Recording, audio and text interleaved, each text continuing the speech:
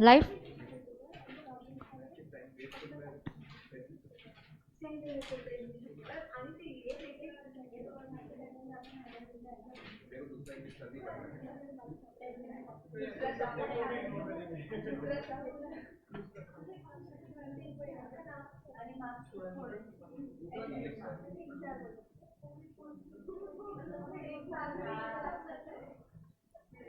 Live है।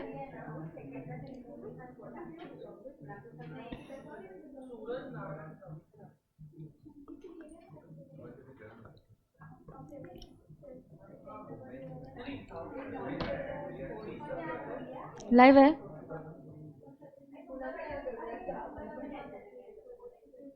काय live है कर ना मग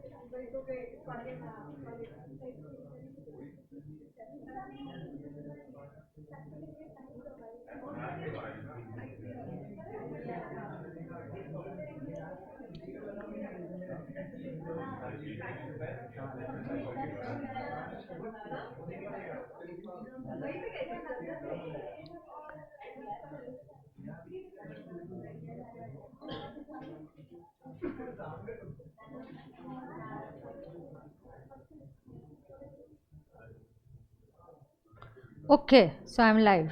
Yes, hello, check. I'll be looking at all the chats only on एक सेकेंड। मैं सारे चैट्स कहाँ पे चेक करूँगी? यूट्यूब पे चेक करूँगी, नथिंग ऑन टेलीग्राम। चलो, लेट्स गेट स्टार्टेड गाइस। फटाफट से ज्वाइन कर लीजिए। I am starting with capital gains. Capital gains के चैप्टर का रिविजन होगा अभी। जितना पार्ट में रिवीजन ले सकती हूँ, maximum part of theory first I will quickly revise capital gains. इसमें कुछ अमेंडमेंट्स भी है, अच्छे खासे अमेंडमेंट्स है, इंपॉर्टेंट अमेंडमेंट्स है। अमेंडमेंट्स पे क्वेश्चन आने के बहुत ज़्यादा चांसेस है। यस यस, राधे राधे बेटा, good morning, good morning, good morning Prashant, Divya, Rohit, Muskan.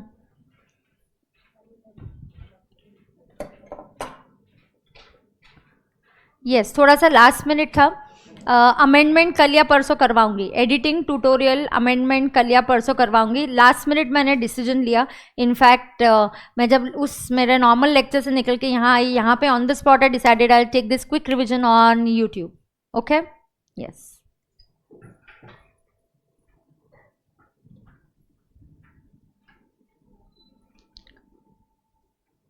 Yes, good morning. Quickly share it with your all groups of that regular classes we have, क्योंकि मैंने ज़रा last minute बताया है, तो आप quickly से students को बता सकते हो। Share the link of this lecture.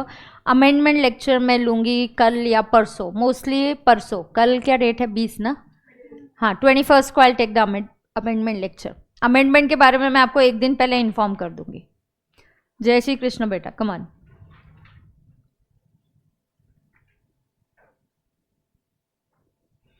Yes yes yes, फटाफट ज्वाइन कर लो। फाउंडेशन की बैच जल्द ही स्टार्ट होगी। मैम त्रिशूल सीरीज रिवीजन भी आएगी क्या? हाँ, आई will be taking a quick revision also.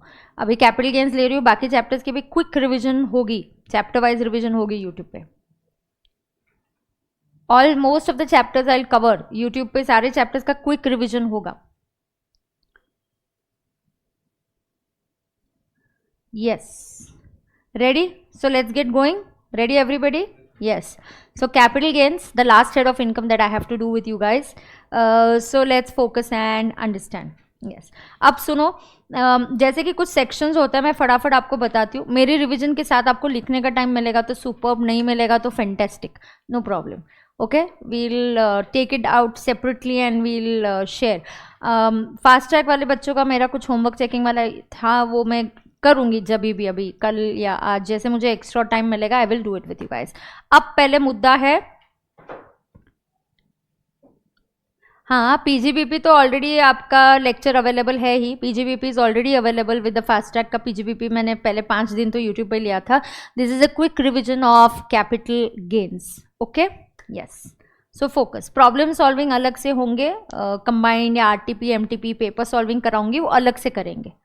ठीक है, वो कैसे करेंगे बेटा? अलग से सॉल्व करेंगे। ठीक है, okay. Shivam, you have to watch my PGBP का lecture, you have to watch my PGBP का फास्ट ट्रैक का लेक्चर, ठीक है। चलो, अब मुद्दा किसका है? कैपिटल गेन्स का है। Ready everybody? चलो, so let's understand capital gains में पहले तो you should know from section 15 to 17 cover होता है under the head of salary. तो 15 to 17 जो है ये कवर होता है अंडर सैलरी। देन बीच के जो सेक्शंस है 18, 19, 20, 21 ये सेक्शंस है ही नहीं, we don't have these sections. Then अगले जो सेक्शंस है वो स्टार्ट होते हैं 22 से लेके 27। So from 22 to 27, can you just pass me that bag or what, please? I'll just keep it behind this chair. I find a little uncomfortable. Thank you so much. Thank you, beta. Now please understand. Following our now 22 to 27 कहाँ से start होता है? ये होता है हमारा house property. 28 to 44 is PGBP. 45 to 55 is capital gains, yes. And then 56 to 59 पे होता है iOS, ठीक है, यस। अब 45 to 55 स्टार्ट करेंगे। 45 is a charging section, the पहला section that is 45। 45 is CG। It says capital gain arises on transfer of capital asset. Capital gain arises on transfer of capital asset. तो capital gain कब arise होता है? On transfer of capital asset. तो पहले तो transfer होना चाहिए और दूसरा वर्ड कैपिटल असेट होना चाहिए।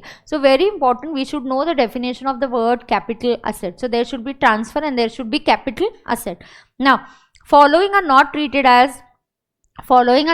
as capital asset. I'll tell you one thing, what is capital asset ना, वो definition बहुत सिंपल है, लेकिन इंपॉर्टेंट क्या है? एक्सेप्शंस। मतलब अगर आप एक्सेप्शंस याद रखोगे कि ये कैपिटल एसेट नहीं है, फिर बाकी सब कुछ कैपिटल एसेट है, देन बाकी सब कुछ क्या है? कैपिटल एसेट है। अब देखो, what is capital asset? Capital asset is property of any kind. What is capital asset? Property of any kind, whether it is fixed, circulating, movable, immovable, tangible, intangible. माने बेटा intangible asset like goodwill is also a capital asset. Intangible asset like goodwill is also a capital asset. Tangible assets are capital asset. Personal भी हो सकता है, whether it's relating to business or it's not relating to business. So if my personal property is there, house property, वो बेचा, capital gains आएगा, क्योंकि it can be personal. क्या हो सकता है? It can be personal, it can be business related, it can be movable, immovable, tangible, intangible, everything is a capital asset. A right is also a right in some shares. Right in shares is also a capital asset. Now what is important? You should focus on what is not a capital asset. What is more important that you should focus on what is not capital asset. ठीक है, तो क्या important है बेटा कि what is not a capital asset. तो कौन सी चीज है कैपिटल एसेट नहीं है, वो इंपॉर्टेंट है। So what is not a capital asset? So यहाँ पे बीच में क्या है? Definition of capital asset. Is anybody going to ask you the definition of capital asset? Theory question आने वाला है क्या? नो रे, we have better questions to ask, we are not going to ask you these questions. Then अगला फिर क्या है? अगला पार्ट क्या है? अगला पार्ट क्या है? Following are not capital asset. Now what is not a capital asset? Let's focus on that. Very important. What is not a capital asset? Stock in trade is not a capital asset. बेटा stock in trade is a business asset. जिसमें आप business करते हो उसको क्या बोला जाता है? Stock in trade बोला जाता है. The thing that I do business in, okay, जिसमें मैं business करती हूँ उसको क्या बोला जाता है? Capital स्टॉक इन ट्रेड बोला जाता है। अगर मेरी कपड़े की दुकान है, मैं कपड़े बेचूंगी तो बिजनेस इनकम होगा। अगर मेरा शेयर्स ट्रेडिंग का बिजनेस है, ओहो हो, मोटा भाई is doing trading in shares, if I am doing trading in shares then that is my stock in trade, then it will be my PGBP income. But Chameli is a investor, Chameli ने investment के हिसाब से shares खरीदे और जब prices बढ़ते हैं उसके बाद वो सोचती है कि बेचना है या नहीं बेचना है, then later on she decides let me sell it, then it's not a stock in trade, and because it is not a stock in trade it is a capital asset. Because it is not a stock in trade it is a capital asset. क्योंकि ये stock in trade नहीं है तो ये क्या होगा? Capital asset होगा। तो इस चमेली जब शेयर्स बेचेगी तो कैपिटल गेन अराइज होगा, लेकिन मोटा भाई जब शेयर्स बेचेंगे तो पीजीबीपी होगा। दोनों शेयर्स बेचने पे एक को कैपिटल गेन्स हो रहा है, एक को पीजीबीपी हो रहा है, लेकिन दोनों को जब डिविडेंड मिलेगा it will always be taxable under IOS, because dividend is always taxable under IOS. बराबर है? यस. अब देखो, so stock in trade is not a capital asset. Stock in trade is not a capital asset, correct. उसके बाद agricultural land situated in rural area is not a capital asset. Agricultural land situated where in rural area is not a capital asset.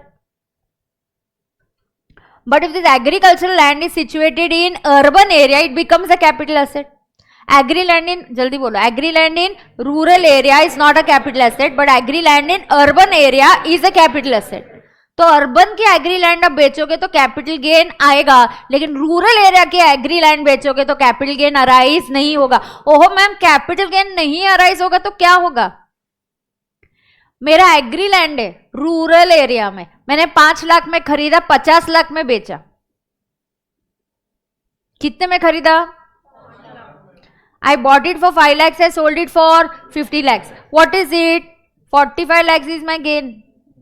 exempt. Capital receipt exempt from tax. It is a one-time receipt. Generally, one-time receipts are exempt from tax. They are taxable only if covered under capital gains. One time capital receipt generally क्या होती है? Exempt होती है. They are taxable only if there is a provision made for that. Only if there is a provision made for that.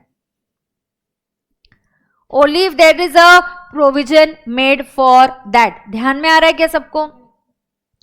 तो ये कब होगा? Only if there is a provision made for that. बेटा मैं income tax का revision करवा रही हूँ, लेक्चर के वहां टाइटल दिया हुआ है, capital gains revision for May 24. हाँ, मैं अच्छी हूँ नयनी, हाउ आर यू? क्या मैं सब चैप्टर्स कराऊंगी? हाँ कराऊंगी, but there will be a schedule, it will be a quick revision. Okay, so अभी फिलहाल तो क्या करा रही हूँ आपको? Capital gains. ठीक है, बाकी के चैप्टर्स भी लूंगी. Of course I will be taking other chapters also. ठीक है, अब सुनो, stock in trade is not a capital asset, agri land in rural area is not a capital asset. तो मैं क्या बोल रही थी आपको? Capital receipt is one time receipt which is exempt from tax. Capital receipt is one time receipt which is exempt from tax. हाँ, it is sometimes taxable whenever there is a section. तो capital gain जैसा एक chapter है, वहां पे सारे इस type के ही इनकम टैक्सेबल कर दिए. ठीक है क्या? यस. तो अगर एग्री लैंड बेचने पे मुझे कुछ पैसे मिलेंगे, एग्री लैंड बेचने पे मुझे कुछ पैसे मिलेंगे जो कि एग्री लैंड है और रूरल एरिया में, तो बेटा उस पर कैपिटल गेन नहीं आएगा. तो क्या आएगा? कुछ नहीं आएगा. स्टे हैप्पी कि बाबा कुछ तो मैम फिर गेन हुआ, उसका क्या करूँ? अपन अकाउंटिंग नहीं कर रहे कि कुछ तो करने का है. उसका टैक्सेबल होगा तो टैक्स भरेंगे, नहीं होगा तो उसको कहीं कंसिडर नहीं करेंगे. आगे third, personal movable effects are not capital asset. जल्दी बोलो, क्या कैपिटल एसेट नहीं है? Personal movable effects are not capital asset. Personal movable effects are not capital assets. Example है furniture at home, car at home, mobile at home. Personal है, movable है, तो ये कैपिटल एसेट नहीं है. एक्सेप्शन का भी एक्सेप्शन है. हाउएवर में एक्सेप्शन है. अब इसमें क्या आता है इस हाउएवर में? हाउएवर में कवर होते हैं वही जो हमने मूवेबल की प्रॉपर्टी की डेफिनेशन देखी under 56(2)(10) of iOS. 56(2)(10) of iOS में जो चीजें गिफ्ट में कवर होती है ना मूवेबल एसेट में, shares, securities, Boolean, jewellery, drawings, paintings, work of art, archaeological collections and sculptures, ये जो गिफ्ट की डेफिनेशन में कवर्ड है उनको कैपिटल एसेट माना जाता है. तो अगर आप पेंटिंग्स बेचोगे, ज्वेलरी बेचोगे, आप मूवेबल एसेट्स, ये कुछ भी, ये जो मूवेबल एसेट्स है ये बेचोगे, चाहे वो पर्सनल हो, घर पे पेंटिंग है MF हुसैन की, drawing, painting, shares, securities. Shares मेरे पर्सनल एसेट्स है, बिजनेस वाले नहीं है, फिर भी उसके बेचने पे कैपिटल गेन आएगा. ज्वेलरी मेरा पर्सनल नहीं है, फिर भी उसके ऊपर कैपिटल गेन आएगा. Boolean is also covered in capital asset. So please understand, personal movable effects are not capital assets. However में क्या covered है? Shares, securities. फिर drawings, paintings. क्या covered है उसमें? Drawings, paintings. Then work of art, archaeological collection. Work of art, archaeological collections and sculptures. Jewellery and painting भूल गया, jewellery और बुलियन भूल गए ना. एंड क्या रे? स्कल्पचर्स. स्कल्पचर्स, और क्या मैं भूल गई बीच में, jewellery and bullion, jewellery and bullion, bullion is pure form, gold biscuit gold coin is bullion, correct. However लेकिन ये भी देखो, personal immovable effects are capital asset, ये सिर्फ कहाँ बोला है, personal movable effects capital asset नहीं है, माने ही personal immovable effects are capital asset, मतलब घर, मेरा residential house property, my personal investment in land, is it a capital asset? Yes, it is a capital asset and there will be capital gains.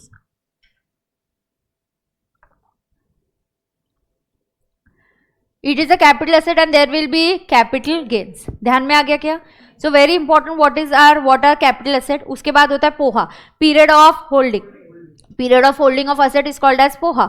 Now ये जो पोहा होता है ये depend करता है, डिसाइड करता है whether assets are short term और long term. Short term asset बेचने पे गेन अराइज होगा short term, long term asset बेचने पे गेन अराइज होगा long term.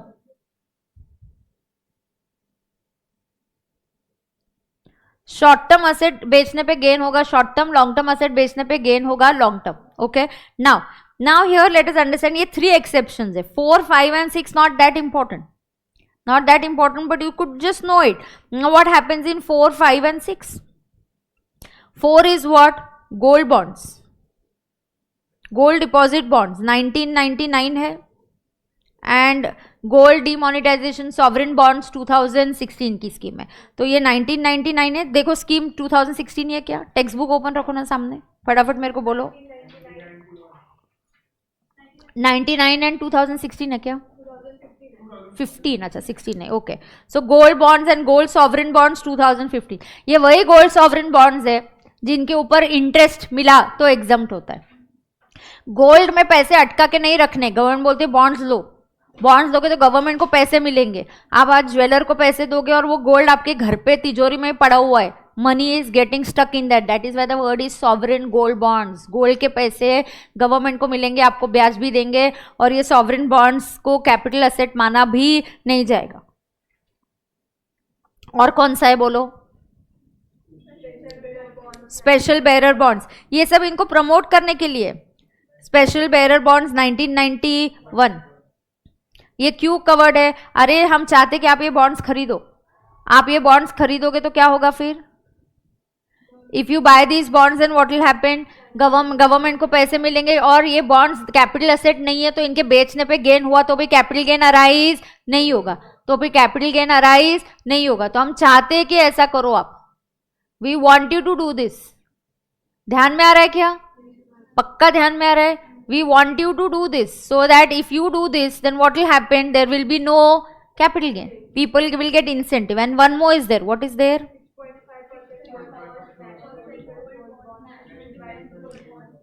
Yes. So 6.5% gold bonds and national defense. Yes. So national defense gold bonds. Those who are watching the lecture, you have to note it down.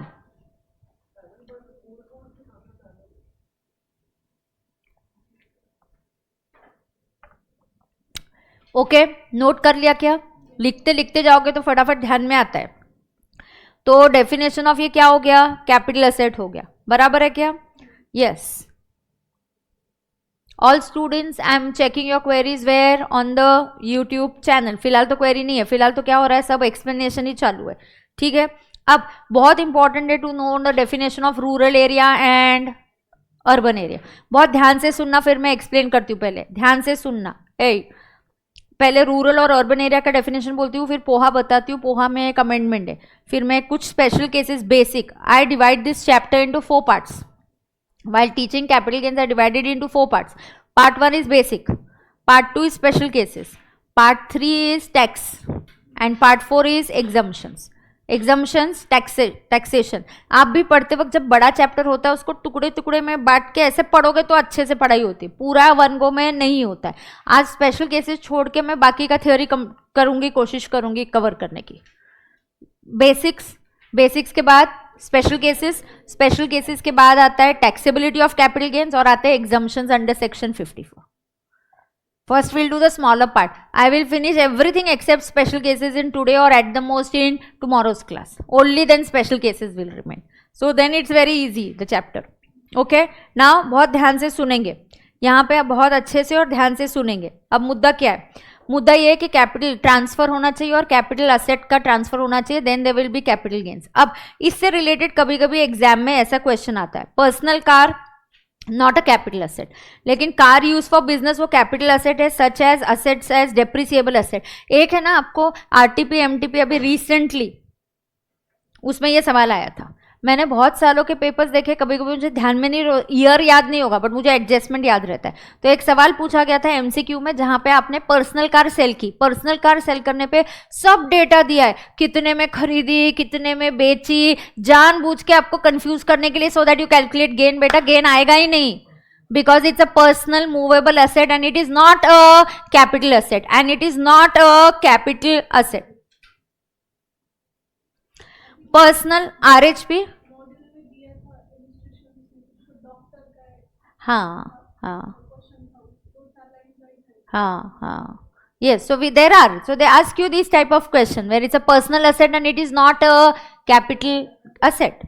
तो personal RHP एक capital asset है, personal immovable effects are capital asset. ध्यान में आ गया क्या? अब मुझे रूरल और अर्बन बताना है।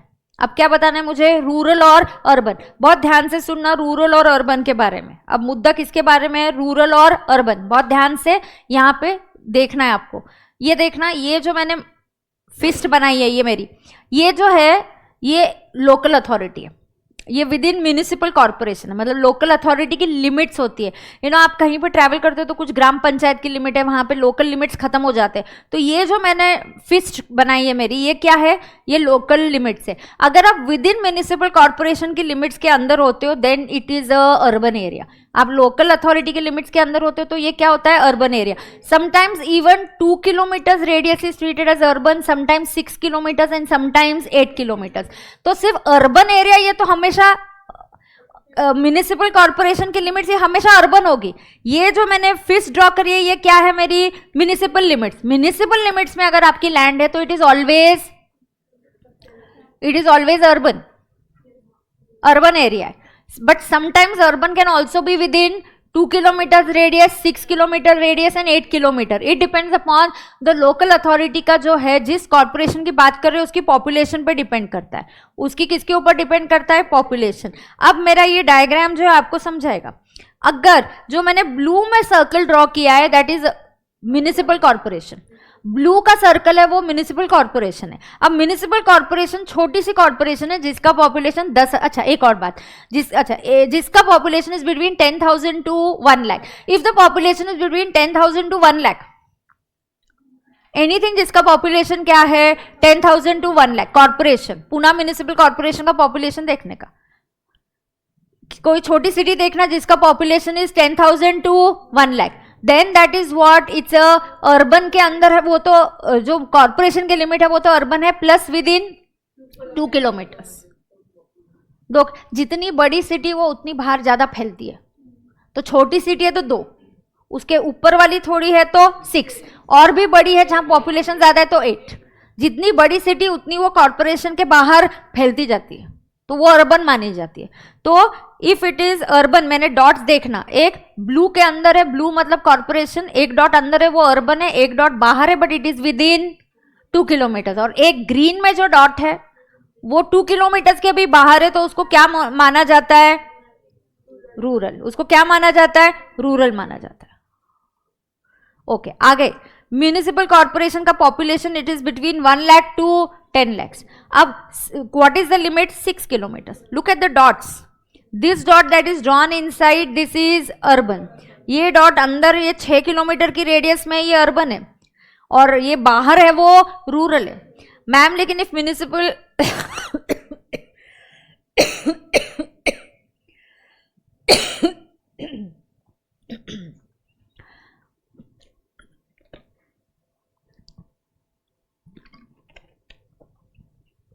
okay, if municipal corporation is within, the population is about 10 lakhs, population is how much? About 10 lakhs, then within urban ये तो है ही, plus within 8 kilometers के अंदर रहोगे तो you are urban, और उसके बाहर चले जाओगे तो ये जो ग्रीन में मैंने डॉट ड्रॉ किया है ये क्या बन जाएगा बेटा? then it will become rural, this is rural। और ये जो अंदर डॉट्स है ये क्या होंगे, अर्बन, और ये भी क्या होगा, अर्बन। ध्यान में आ रहा है क्या सबको? ये अर्बन अर्बन और जो ग्रीन में है वो क्या है, rural. Is everybody understanding this? Are you sure? पक्का? Yes. So what is urban and what is rural, you must know that. Now just like that capital asset का किस पे, now period of holding. Capital asset का period of holding पोहा जो होता है, okay, now it has various criterias. Please understand there are 3 criterias, 36 months, 24 months and 12 months. उसमें 24 months में क्या आता है, 24 मंथ्स में आता है unlisted shares and immovable property. Okay, now ये जो पोहा जो है, उसमें पोहा बताने से पहले let me just tell you one thing. Mutual funds, what is mutual fund, we all know. Mutual funds 2 प्रकार के होते हैं, एक होते हैं इक्विटी ओरिएंटेड एंड दूसरे को बोला जाता है, अभी डेट ओरिएंटेड की जगह अब नया शब्द यूज किया है, they are saying specified mutual funds. क्या वर्ड यूज किया है, specified mutual fund. Very important, please understand, here is important amendment, please focus, write down with me, watch this lecture, note it down, please focus. Mutual fund जो है अभी कितने प्रकार के हैं, 2. अब यहां देखना, जो म्यूचुअल फंड है ये 2 प्रकार के, एक बोला जाता है equity oriented. So mutual funds के कितने टाइप्स हैं यहाँ पे, अब म्यूचुअल फंड होने वाले 2 टाइप्स के. म्यूचुअल फंड पहले तुमको पता थे इक्विटी ओरिएंटेड और अब डेट ओरिएंटेड नहीं है. Now we use the word specified mutual fund. What word are we using, specified mutual fund. So you can write mutual funds are of 2 types. One is equity oriented. What is equity oriented? जहां पे आपने ये जो mutual funds है उसमें से 65% से ज्यादा पैसे आपने इक्विटी में डाले. जो फंड के पैसे उसमें से 65% से ज्यादा पैसे कहाँ जाते हैं, इक्विटी में जाते हैं. वो बन गया इक्विटी ओरिएंटेड. रेस्ट बन गए स्पेसिफाइड म्यूचुअल फंड्स. तो आपके म्यूचुअल फंड्स के टाइप कितने हैं बेटा, आपके म्यूचुअल फंड्स के टाइप 2 है. एक equity oriented mutual fund, equity oriented mutual fund ये एक, और दूसरा specified mutual fund. Now what is equity oriented, जहां पे आपका इन्वेस्टमेंट कहाँ हो रहा है, 65% से ज्यादा आपका इन्वेस्टमेंट इक्विटी में, और ऑब्लिक 90 भी है कभी कभी. सुनो ना, 90 कब होता है, सुनो ना. मैंने फंड को पैसे दिए, फंड ने दूसरे फंड को पैसे दिए, फिर दूसरे फंड ने 90% डालने चाहिए. मैंने फंड को दिए, फंड ने दूसरे फंड को पैसे दिए, फिर उस दूसरे वाले फंड ने 90% इक्विटी में डालना चाहिए, फिर वो इक्विटी बनेगा, इक्विटी ओरिएंटेड. मैं डायरेक्टली फंड को देती हूँ और फंड डायरेक्टली इक्विटी में डालता है, then it is 65. So it is either 65 और 90. हाउ 65 और 90, let us understand. Equity oriented है और क्या है, स्पेसिफाइड म्यूचुअल फंड्स. अमेंडमेंट क्या हुआ, स्पेसिफाइड म्यूचुअल फंड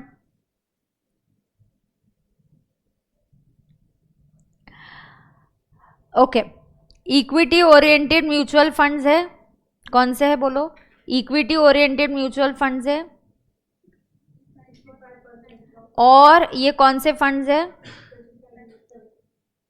और कौन से है, स्पेसिफाइड म्यूचुअल फंड्स. अब इक्विटी ओरिएंटेड म्यूचुअल फंड्स कौन से, जिसमें 65% ऑब्लिक 90% इन्वेस्टमेंट किसमें होना चाहिए, इक्विटी में होना चाहिए. Okay, and all others will be called as specified. Now there is a super duper very very very important amendment, and specified mutual funds will always be treated as short term.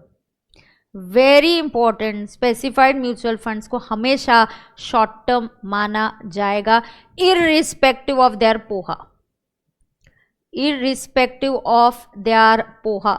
उसका पोहा कुछ भी हो, period of holding कुछ भी हो, उसको हमेशा हमेशा उसको क्या माना जाएगा, उसको हमेशा शॉर्ट टर्म माना जाएगा.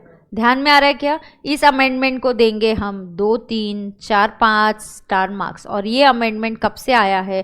This is from finance act 2023.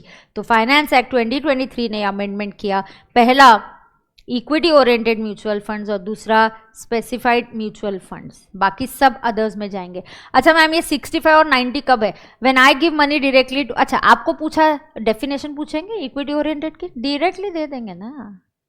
हाँ, मैंने पीकेडी ने फंड में पैसे डाले और फंड ने कहाँ डाला, इक्विटी शेयर्स, तो कितना क्राइटेरिया होना चाहिए, 65% से ज़्यादा, more than 65।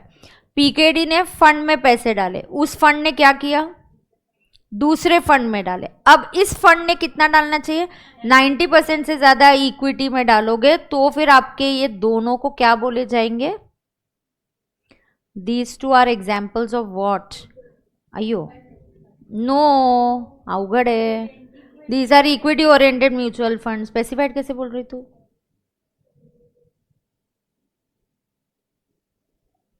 These are examples of equity oriented mutual fund. देखना, ऑब्जर्व करते को कुछ समझेगा, ऑब्जर्व इट। मैम आप कौन से रिवीजन वीडियो कराएंगे, सारे कराऊंगे बेटा, मेजॉरिटी चैप्टर्स में कराऊंगी। I will give you a schedule, amendment lecture लूंगी मैं, सारे टॉपिक्स आपके साथ क्विक रिवीजन कराऊंगी मैं आपको। Radhe Radhe Mitali.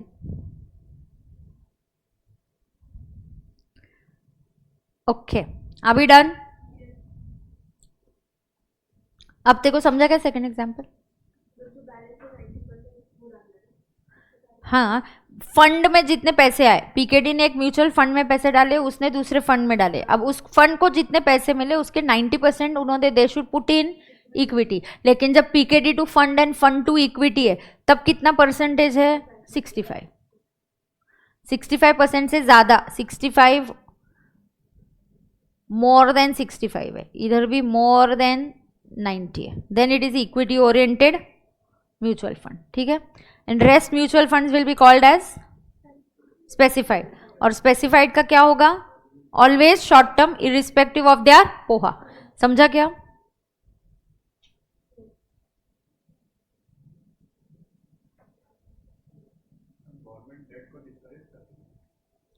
Short term taxability बस, we don't want to give the benefits, it's like a loan, no. Done है क्या, डन है, हाँ अब देखो, अब इसके पोहा को समझ के लो, अब पोहा क्राइटेरिया आप समझ के लो, इधर 12 मंथ्स में क्या क्या आएगा, listed equity shares, listed preference shares, 12 months में आएंगे zero coupon bonds, units of UTI and equity oriented mutual funds, वही बोला 65 और 90% वाला, और फिर आएंगे listed securities like debentures, this table should be pit pat, you should know this table by heart, you should know this table by heart। 24 months में आएंगे सिर्फ unlisted equity and preference shares, unlisted equity and preference shares, 36 months में आएंगे unlisted securities and all remaining assets like gold and jewellery, and आखिरी में जो मैंने लिखा है that is market link debentures और units of specified mutual fund. यहाँ पे एक और नया टर्म आ गया, मार्केट लिंक्ड डिबेंचर्स, डिबेंचर्स जिसका वैल्यू या वेरिएशन होने वाला है, मार्केट लिंक्ड होने वाला है, ये एक खास स्पेशल केस है जो मैं अलग से डिटेल में कराने वाली हूँ। तो मार्केट लिंक्ड डिबेंचर्स का भी पोहा is going to be short term in nature, market linked debentures एक अलग स्पेशल केस में कवर होने वाला है। तो फटाफट बोलो, दो ऐसे assets which is always going to be short term in nature irrespective of their poha criteria, tell me two such assets which are always going to be short term irrespective of their poha criteria, and what are these assets, these assets are market linked debentures और units of specified mutual fund. जो equity नहीं है वो specified mutual funds है, जो equity नहीं है वो क्या है, वो क्या है, वो स्पेसिफाइड म्यूचुअल फंड्स है, वो क्या है, स्पेसिफाइड म्यूचुअल फंड्स है। ध्यान में आया क्या,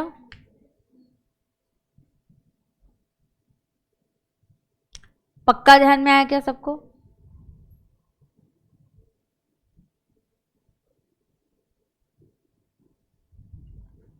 सही है क्या। अब हाँ, ये इक्विटी ओरिएंटेड हो गया, 90% of proceeds, correct. Mutual funds two types हो गया ना आपका, पोहा हो गया क्या, पोहा लर्न करना है आपको, बिल्कुल लर्न करना है, पिट पैट होना चाहिए, ठीक है। अब ध्यान से सुनना फटाफट। अब कोई भी चीज़ की कैपिटल गेन कैलकुलेट करने के लिए बेटा, आगे कोई भी चीज़ का कैपिटल गेन कैलकुलेट करने के लिए तो ये आपको ऐसा ऐसे याद रखना है। देखो अगर शेयर्स है, शेयर्स शेयर्स अगर लिस्टेड है तो उसका पोहा क्राइटेरिया 12 मंथ्स होता है और अनलिस्टेड होता है तो 24 मंथ्स होता है। वैसे ही सिक्योरिटीज अगर लिस्टेड है तो 12 मंथ्स, अनलिस्टेड है तो 36 months. Mutual fund equity oriented है तो 12 मंथ्स, स्पेसिफाइड है तो ऑलवेज शॉर्ट टर्म, स्पेसिफाइड है तो ऑलवेज शॉर्ट टर्म। ध्यान में आ रहा है क्या? ध्यान में आ रहा है क्या सबको? You have to learn this up, you have to learn this up. Now let us understand how do we calculate capital gains. Guys we all know कोई भी चीज बेचने पे capital gain is selling price minus cost price. Now short term does not get benefit of indexation, long term gets benefit of indexation, but there will be always some exception. Generally, long-term capital assets get benefit of indexation. However, there are going to be some capital assets which are, even though they are long-term, they will not get benefit of indexation. They will not get benefit of indexation. They will not get benefit of indexation. बराबर है क्या? उनको benefit of indexation मिलेगा क्या? नहीं मिलेगा. They will not get benefit of indexation. अब आपको ये समझना है यहाँ पे क्या है, 2-3 मुद्दे जो आपको ध्यान में रखने जब भी हम कैपिटल गेन्स कंप्यूट करते हैं. पहली चीज आपको पता होना चाहिए, for short term it is sale consideration less COA's cost of acquisition less cost of improvement less expenses on transfer, then you will get short term capital gain. उस short term capital gain से minus होंगे कुछ exemptions, फिर आपको मिलेगा short term capital gain chargeable to tax. short term के exemptions अलग, long term के exemptions अलग, short term के tax rates अलग, long term के tax rates अलग. Yes बेटा, today on the spot मैंने decide किया. In fact 10 minutes before I hadn't decided, but just 10 minutes before I decided to go on YouTube live. अगली बार से of course आपका जो है रिविजन लेक्चर्स की मैं आपको कुछ शेड्यूल या कुछ डिटेल में पहले दे दूंगी, ठीक है. अब यहाँ पे याद रखना है लेस एक्सपेंसेस ऑन ट्रांसफर, ये हो गया शॉर्ट टर्म. यही अगर मुझे लॉन्ग टर्म का करना है तो क्या होता है, sale consideration less index cost of acquisition less index cost of improvement less expenses on transfer, long term capital gain less exemptions उसके जो भी होंगे मैं पढ़ाऊंगी, और फिर आता है long term capital gain positive या लॉन्ग टर्म कैपिटल लॉस आया तो दैट इज ऑफकोर्स नेगेटिव. कोई भी चीज जब आप बेचते हो तो how do you find out the profit और loss? Selling price minus cost price. Boss we are doing only that. Capital gains is a very very mechanical chapter. हाँ, very lengthy and very big, but if you break it up in smaller parts then it is super duper easy to understand. एक ही इतना ही format है. Capital gains does not follow assessee's method of accounting, it follows this fix format. Capital gain does not follow assessee's method of accounting. Capital gains आपकी method of accounting को follow नहीं करता, वो एक फिक्स फॉर्मेट को ही follow करता है. Capital gains किसको फॉलो करेगा? वो एक फिक्स फॉर्मेट को ही फॉलो करता है. वो आपका कोई भी मेथड ऑफ अकाउंटिंग फॉलो नहीं करेगा. It will follow your fixed method of fixed format for calculating. Now what you should know, certain things that you should know is expenses on transfer में STT is not allowed. Expenses on transfer में STT not allowed, ये allowed नहीं है. So expenses on transfer में क्या allowed नहीं होगा? STT allowed नहीं है, ठीक है. Shares और security, STT is allowable if you are doing it as a trading asset. TGBP income arise हो रहा है तो शेयर्स पे जो एसटीटी पे किया वो अलाउ होता है, लेकिन अगर आप कैपिटल गेन्स कैलकुलेट कर रहे हो तो STT is not an allowable expenditure. Let me tell you certain important things here so that you don't make a mistake. Your sale consideration is actual sale consideration, उसमें कोई problem नहीं है. ये sale consideration जो है this is eight actual. यहाँ पे ऐसे कुछ मुझे नहीं बताना आपको. हाँ, फॉर सम कैपिटल असेट्स हम क्या करेंगे? We will compare with FMV और SDV. We will for some, see I am फटाफट टेलिंग यू कहाँ पे आप गलती कर सकते हो, क्या क्या चीज़ है. एक बार तो आपका कैपिटल गेन्स हो ही गया है, अलग व्यू, अलग मुझे आपको एक व्यू पॉइंट देना है तो आपको अच्छे से समझ में आएगा. अब देखो यहाँ पे क्या होने वाला है. यहाँ पे जो होने वाला है वो ये है. लाइव स्ट्रीमिंग स्टूडेंट्स फटाफट जो भी लेक्चर्स देख रहे हैं फटाफट like the lecture, please share with the friends, क्योंकि मैंने लास्ट मिनट ये किया है. प्लीज आप आपके फ्रेंड्स के साथ ये लेक्चर शेयर कीजिए and just tell me everything is okay, so just give me a thumbs up. Okay, now sale consideration में at actual होता है. for some capital asset we will compare with FMV. FMV is fair market value, or we'll compare with SDV. SDV is stamp duty valuation. कौन से asset से, ये पढ़ाऊंगी आगे. दूसरा cost of acquisition, it's the actual cost.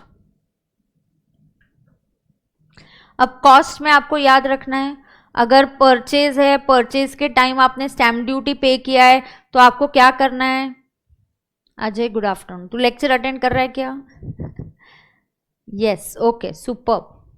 अब सुनो, purchase के साथ अगर स्टैम्प ड्यूटी पे किया होगा तो should I add stamp duty? Yes. कभी कभी मैं ब्रोकरेज पे करती हूँ, should I add that? Yes. Sometimes there could be brokerage, stamp duty. Should I add it in the cost of acquisition? Yes, please add it in the cost of acquisition. There is brokerage, there is stamp duty. Where should I add it? I have to add this in the cost of acquisition. Cost of improvement is a capital expenditure. It's a capital expenditure incurred after the asset is acquired. ये generally कहाँ पे होता है? Cost of acquisition कहाँ पे इनकर होता है? Generally for immovable property. Shares वगैरह इसमें नहीं होता. जनरली इमूवेबल प्रॉपर्टी में क्या होता है आपका? कंस्ट्रक्शन ऑफ एडिशनल रूम, बराबर ना? Construction of what? Additional room, और कंस्ट्रक्शन ऑफ एडिशनल फ्लोर. तो आप additional room, additional floor construct करोगे तो ये क्या बनेगा? It will be your cost of improvement. It's a capital expenditure incurred after the asset has been purchase. It's not छोटा मोटा रिपेयर खर्चा, रेवेन्यू लाइक पेंटिंग खर्चा. No, it has to be a capex that is incurred after the asset has been put to use. फिर fourth आपका आता है expenses on transfer. Expenses on transfer में आपके सेलिंग एक्सपेंसेस आएंगे, आपका ब्रोकरेज आ सकता है. लेकिन अगर आपने STT पेड किया है तो वो नहीं आएगा. और अब एक और अमेंडमेंट टाइप ऑफ आया है, if there is any interest. क्या आया है आपको?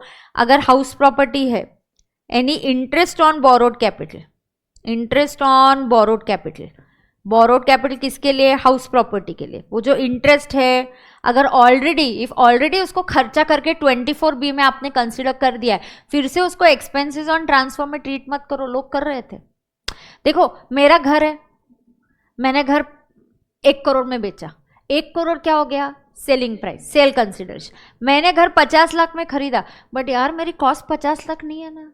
वो 50 लाख में खरीदने के लिए मैंने लोन लिया और लोन पे मैंने इंटरेस्ट दिया. So people were adding that interest either as expenses on transfer, sometimes in cost, sometimes in improvement they were adding. So there is a clarification कि इंटरेस्ट ऑन बोरोड कैपिटल अगर house property का है, and if it is already considered, कहाँ पे? It is already considered as a expenditure और a deduction. Already considered as a deduction. कहाँ पे आपने कंसिडर किया होगा? आइदर 24B या आपका कोई डिडक्शन 80EA, कहीं पे भी आपने उसका बेनिफिट लिया होगा. Then please don't add it in the cost. Interest. तो ये एक अमेंडमेंट, एक क्लैरिफिकेशन आया है, ये नोट आया है, and this is come as an amendment. ये पार्ट एज अ अमेंडमेंट आया है. It is considered as a deduction, then do not add it in cost of acquisition. मत ऐड करो आप उसको कॉस्ट में. तो ये क्या हुआ हमारा? कैपिटल गेन्स कैसे कंप्यूट करना है, ये पार्ट मैंने आपको यहाँ पे बता दिया कि एक्सपेंसेस ऑन ट्रांसफर में क्या लेना है, क्या नहीं लेना है. तो ये एक मैंने आपको कंप्यूटेशन क्लियर कर दिया. इंडेक्सेशन का बेनिफिट लॉन्ग टर्म को मिलेगा, शॉर्ट टर्म को नहीं मिलेगा.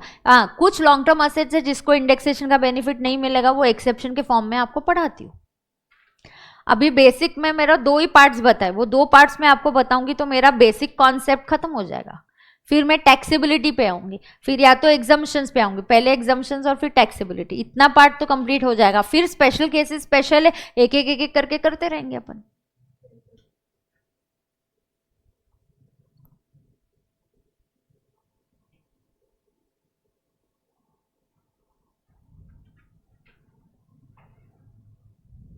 बराबर है क्या? ध्यान में आ रहा है क्या? तो ऑलरेडी अगर 24B में ये कंसिडर्ड है तो it will not be allowed. You can't treat it as a cost, you can't add it double. So that is what they are saying, with effect from finance at 23. अगर कोई भी आपने consider किया तो उसको cost of acquisition और cost of improvement consider मत करो. Now I can either take it under 24B or I can also claim it as a deduction under 80 EE/EEA. तो ऑलरेडी अगर आपने लिया है then you can not add it in the cost nor can you add it in cost of improvement. ये कहीं पे भी आप कंसिडर नहीं कर सकते. Can I consider it anywhere? No, I can't consider it anywhere.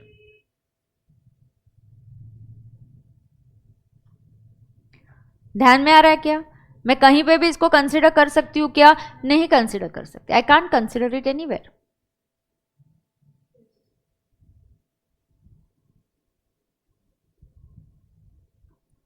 ठीक है. Now comes to our next important part. हो गया क्या यहां तक?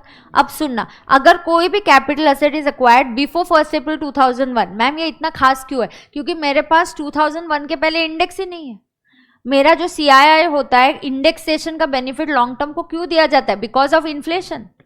मोटा भाई ने कोई एसेट 4 लाख में खरीदा, उसको 40 लाख में 1-1 करोड़ में बेचा. मोटा भाई बोलते ये सब मेरा कैपिटल गेन नहीं है. Some value is also because of inflation. So indexation का बेनिफिट हम सिर्फ लॉन्ग टर्म असेट्स को देते हैं और शॉर्ट टर्म असेट्स को नहीं देते. We do not give benefit of indexation to short term, we give benefit of indexation only for long term assets. मेरे पास 1 अप्रैल 2001 के पहले इंडेक्स है ही नहीं.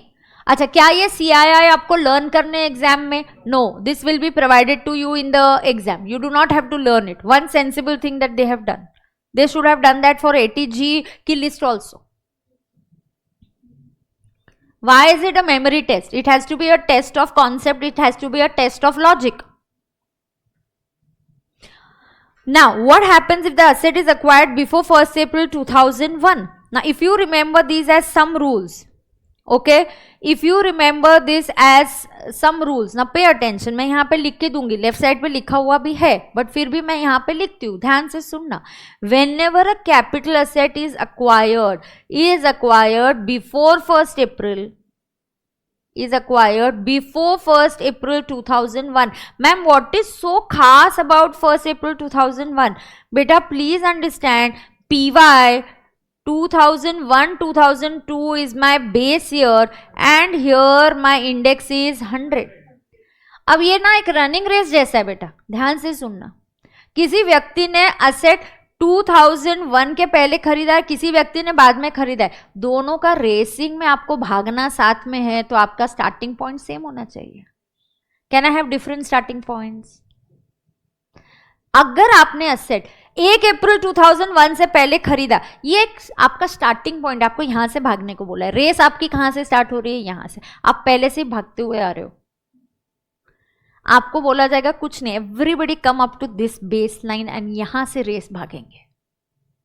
आपको बेस लाइन तक आना है. तो if any asset is acquired before 1 April 2001, उसको खींच के इधर तक लेके आना. उसको बोला रुक रुक, तू भाग मत, तू इधर आ जा, डायरेक्टली यहां से भागेंगे अपन. देन मुझे उसको खींच के इस डेट तक लेके आना है. इस डेट तक मैं कैसे लेके आऊंगी? I will say actual cost और FMV whichever is higher. So सबसे इंपॉर्टेंट जो पहला रूल है जो आपको याद ही रखना है, सबसे इंपॉर्टेंट, इसके पहले आपको क्या रूल्स याद रखने वो ध्यान में रखो. कोई नहीं, फटाफट ज्वाइन, अभी स्टार्ट हुआ है capital gain. Just relax and just start. ठीक है. शिवम SM FM के फास्ट ट्रैक के लेक्चर स्टार्ट होंगे. Swapnil sir's father was not well but now he's much better. He had some heart related issues, hospitalized, and that is why उसके fast track अभी उनको discharge मिल जाएगा तो तुरंत Swapnil sir will continue. Okay, अब सुनो, ठीक है क्या? अब यहाँ पे ध्यान से सुनो. पहला, capital asset is acquired before 1 April 2001. Then इसका जो कॉस्ट लिया जाता है, cost of acquisition is what? Actual cost और FMV as on 1 April 2001 whichever is higher. उसको खींच के यहां तक लेके आने का. कॉस्ट और FM, सबका स्टार्टिंग पॉइंट FMV यहां इस लाइन से स्टार्ट होगा. Now second rule says any COI before 1 April 2001 should be ignored. should be ignored. क्यों ignore करते हैं any cost of improvement before 1st April 2001? I ignore any cost of improvement before 1st April 2001 because already FMV में cost of improvement आ गया रहेगा. अरे यार cost और FMV whichever is higher. मैंने घर खरीदा 10 लाख में, मैंने ना 96 में घर खरीदा 10 लाख में, फिर उसकी 2001 में FMV एकदम 18 लाख हो गई, शायद मार्केट वैल्यू भी बढ़ गई या मैंने एक आध रूम भी और कंस्ट्रक्ट किया होगा. तो जब FMV कंसीडर करते हैं ऑटोमेटिकली कॉस्ट ऑफ इंप्रूवमेंट उसमें कंसीडर हो चुका है, फिर से काय को काटने का. Therefore, any cost of improvement before 1st April 2001 should be ignored. Therefore, any cost of improvement before 1st April 2001 should be ignored. उसको ignore करना है. Any cost of improvement before 1st April 2001 should be ignored. सही है क्या? Yes. और third rule आपको याद रखना है, अगर आप इंडेक्स कर रहे हो, इंडेक्स कॉस्ट ऑफ एक्विजिशन, ध्यान से सुनना, अगर आप इंडेक्स कॉस्ट ऑफ एक्विजिशन कर रहे हो तो जो भी कॉस्ट है डिवाइडेड बाय 100. हम generally index cost of acquisition का फॉर्मूला क्या है? I tell you, into index of the year in which asset is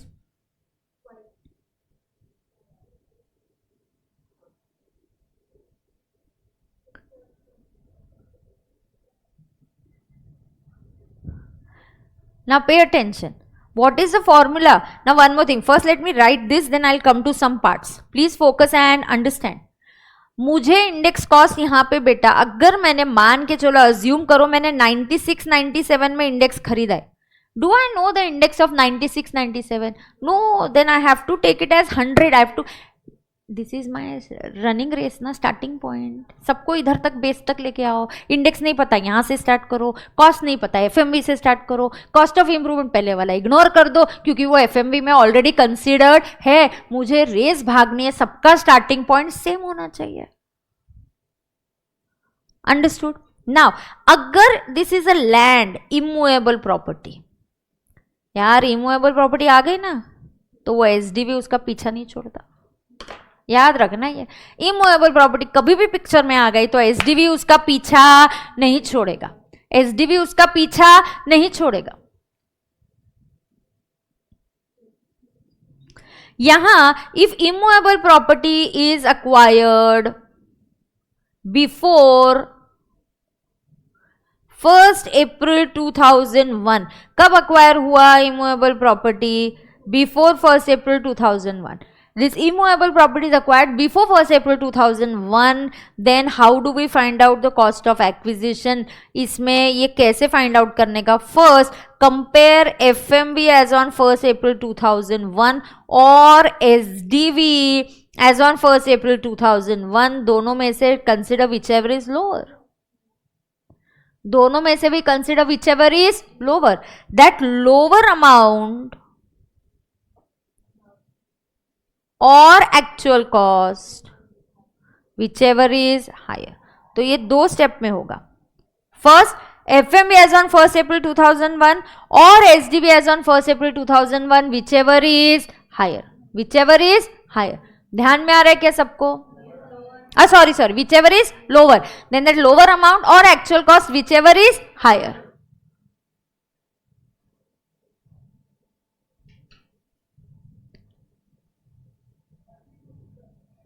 देखो ध्यान में आ रहा है क्या सबको? अरे हाँ या नहीं? Note it down fast and I want to tell you something.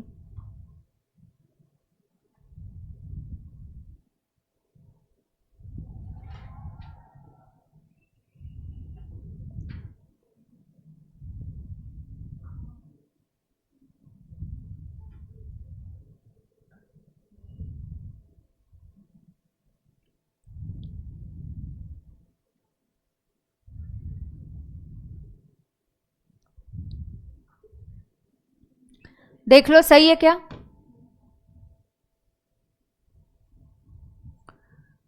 ठीक है. अब आपको एक चीज बताती हूं.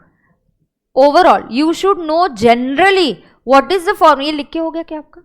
हाँ. You should generally know what is the formula for index cost of acquisition. It is cost of acquisition divided by index of the year, index of the year in which in which asset is acquired into index of the year in which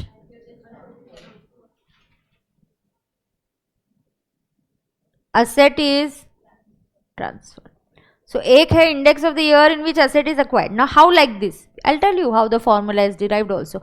Can you just tell me, see if you can just tell me 2001 2002 का index कितना है? 100. 1 2 3 का index बोलो.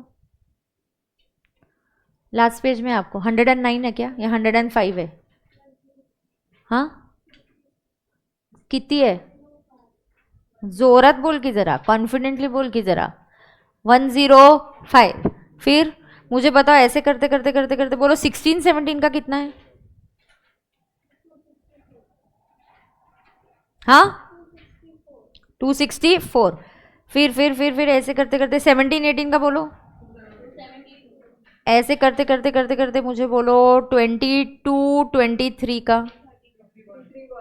And फिर बोलो हमारा year जो है 23 24 का अब इंडेक्स है 348. This is all given for financial year. अब ध्यान से सुनना बेटा, ये कितना सिंपल है. फॉर्मूला डिराइव भी नहीं, आपको लर्न भी नहीं करना. ध्यान से देखो, अगर किसी व्यक्ति ने, ध्यान से सुनना, PY 16-17 में I bought something, my cost was 5 lakhs. तुम ध्यान से देखो, आज मैंने सेल किया, सेलिंग प्राइस आज की डेट की है, कॉस्ट पुराना चलेगा क्या? मैचिंग प्रिंसिपल चाहिए. सेलिंग प्राइस आज की वैल्यू की है तो उस कॉस्ट को भी आज की वैल्यू पे लेके आ जाओ. ये क्या इंडिकेट करता है? 16-17 का 264 इज इक्विवेलेंट टू 23-24 का 348. Therefore 5 lakhs of this year is equal to how much? तुम तुम्हारा गाउठी मेथड यूज करो, क्रॉस मल्टीप्लाई, वो ही फॉर्मूला है आपका. That's the formula. Try it, come on fast.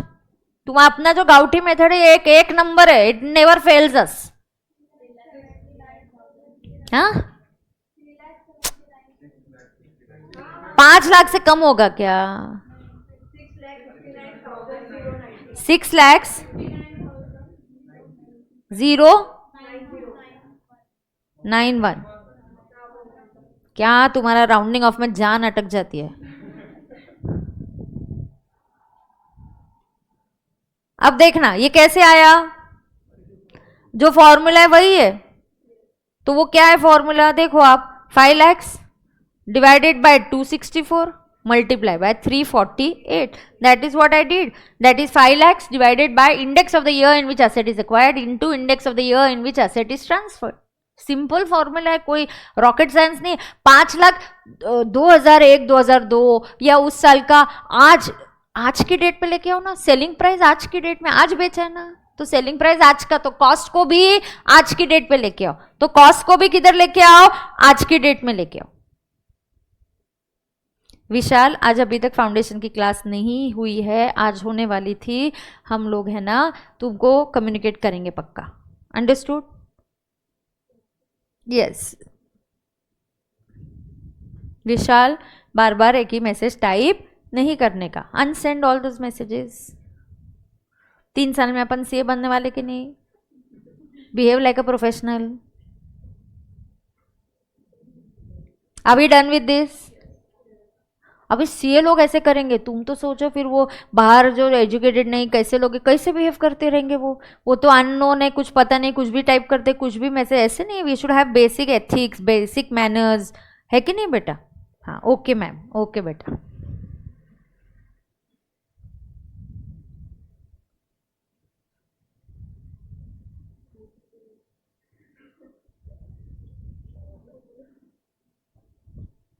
Are we done with this? सच्ची में उसने अनसेंड कर दिए. अनसेंड करने आते हैं क्या मैसेज? एक मैसेज रख देना.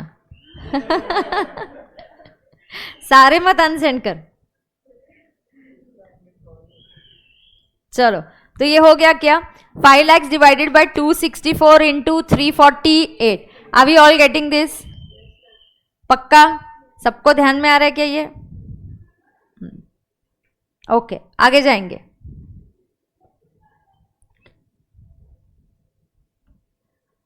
ठीक है क्या? अब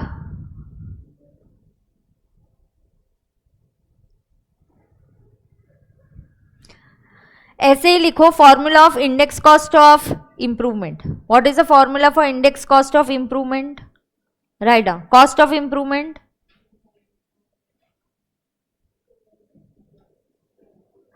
मैम क्वेश्चन आंसर बैच में कितने क्वेश्चंस है? It is 60 hours, totally 60 hours बेटा. Index cost of improvement is cost of improvement divided by index of the year in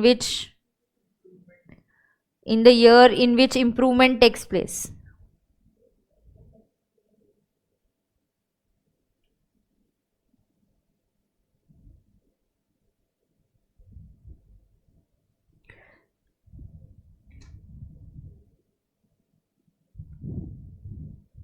Into index of the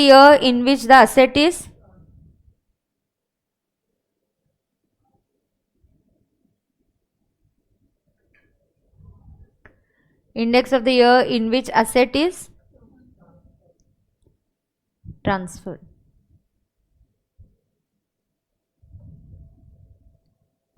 Index of the year in which asset is transferred. Are we done? सही है क्या? देख लो, ये हो गया. एक special case हो गया. कौन सा स्पेशल केस हो गया आपका? If the asset is acquired before 1 April 2001. ये आता ही है हमेशा, बहुत बार ये कॉमन है बेटा. ये आपको पिट पैट करना है, आपको अंडरस्टैंड. लॉजिकली मैंने सब बता दिया आपको अभी कि वो base point is the starting point. Running race है तो स्टार्टिंग से ही स्टार्ट करेंगे ना. तो चलो, if the asset is before 1 April 2001, जल्दी जल्दी बोलो. व्हाट इज खास about 1 April 2001? 2001 2002 is the base year. उसके पहले अगर असेट खरीदा तो मेरे पास इंडेक्स ही नहीं है. कोई 99 में, कोई 86 में, उन सबको बोलते तुम ऐसे ही हावले के जैसे इधर उधर मत भागो. अपन कहाँ से स्टार्ट करेंगे? बेस पॉइंट से. सबको उधर लेके आओ एक ही पॉइंट पे, फिर भगाओ. समझ में आया क्या? Yes. So any cost of acquisition क्या होगा? जल्दी बोलो. कॉस्ट ऑफ एक्विजिशन क्या होगा? एक्चुअल कॉस्ट और फिर FMV whichever is higher. बरोबर है क्या? Yes. Any cost of improvement before 1 April 2001 should be ignored. Index cost of acquisition, cost divided by index of the year in which asset is acquired. Do I know the index of the year in which asset is acquired? No, because it's acquired before 2001 2002. Then I'll have to consider 100 into index of the year in which asset is transferred. Immovable property के लिए cost of acquisition क्या होगा? Consider FMV और SDV दोनों में से whichever is lower, that lower amount, और actual cost whichever is higher. ध्यान में आ गया क्या सबको? ओ हो, तभी क्यों नहीं बोला तुम लोगों ने? धीरे से बोला था. Sorry. Index of the year in which asset is transferred. अयो सॉरी रे बाबा, प्लीज चेंज दिस. ओके, धीरे से नहीं बोलने का. नहीं. करेक्ट कर दिया. Study seriously. Sorry, I changed it. ये इधर फेस टू फेस वाले बोलते नहीं है ना फटाफट. Okay. Yes. Index cost of acquisition का इधर तो फॉर्मूला सही लिखा है ना? हाँ, ऊपर मेरा गलत हो गया. और ये लॉजिक भी आपको बता दिया, how the formula got derived. ठीक है. अब there is another special case. If assets are acquired in mode specified under 49(1). अब एक स्पेशल केस क्या हो गया? If assets are acquired before 1 April 2001. अब अगला स्पेशल केस है if assets are acquired in mode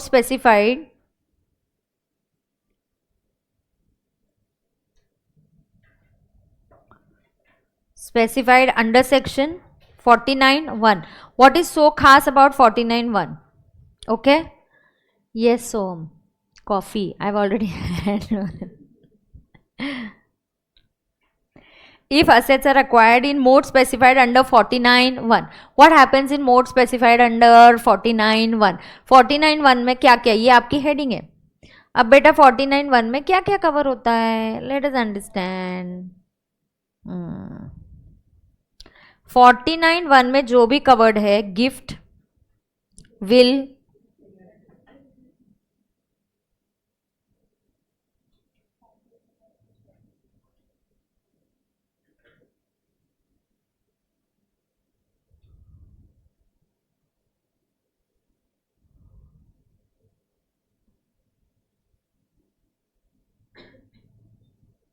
holding to subsidiary, subsidiary to holding, all this is not a transfer. Transfer हुआ तो ही कैपिटल गेन्स आएगा. ट्रांसफर ऑफ कैपिटल असेट, ये दोनों हुआ तो ही कैपिटल असेट आएगा. कैपिटल असेट क्या समझा अभी, जैसे ट्रांसफर है, ट्रांसफर में बहुत सी चीजें हैं जो ट्रांसफर नहीं मानी जाए, एक्सेप्शंस भी है. तो gifting, will, inheritance, partition of HUF, holding to subsidiary, subsidiary to holding, इसको ट्रांसफर माना नहीं जाता. It is not treated as transfer. इसको क्या माना नहीं जाता, ट्रांसफर माना नहीं जाता. This is not treated as transfer.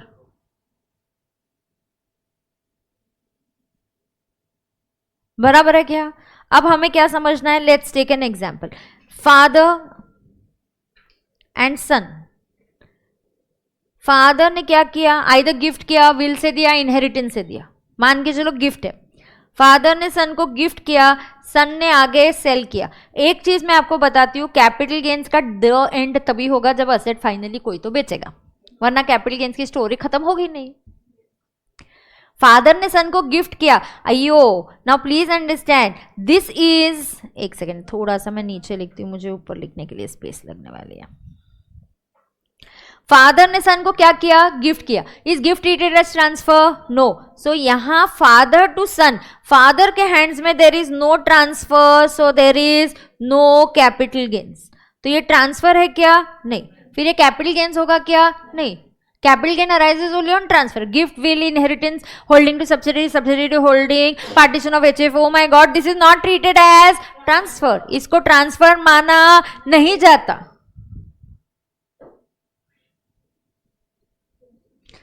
So there is no transfer, no capital gains. But फिर मैम आप पढ़ा क्यों रहे हो, क्योंकि ये स्टोरी खत्म होगी जब फाइनली सन बेचेगा, इसीलिए पढ़ा रही हूँ. What if the son sales.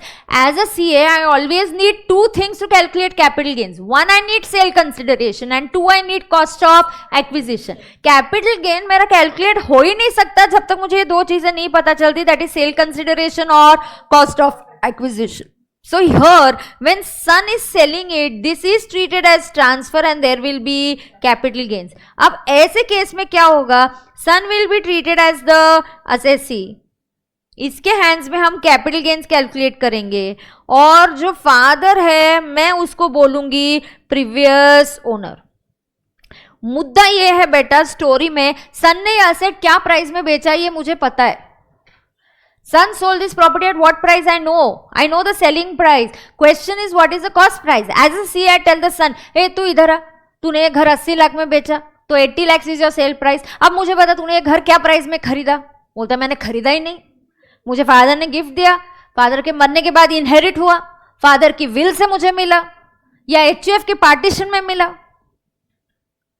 Then what is the cost? Cost in such case is cost to the previous owner.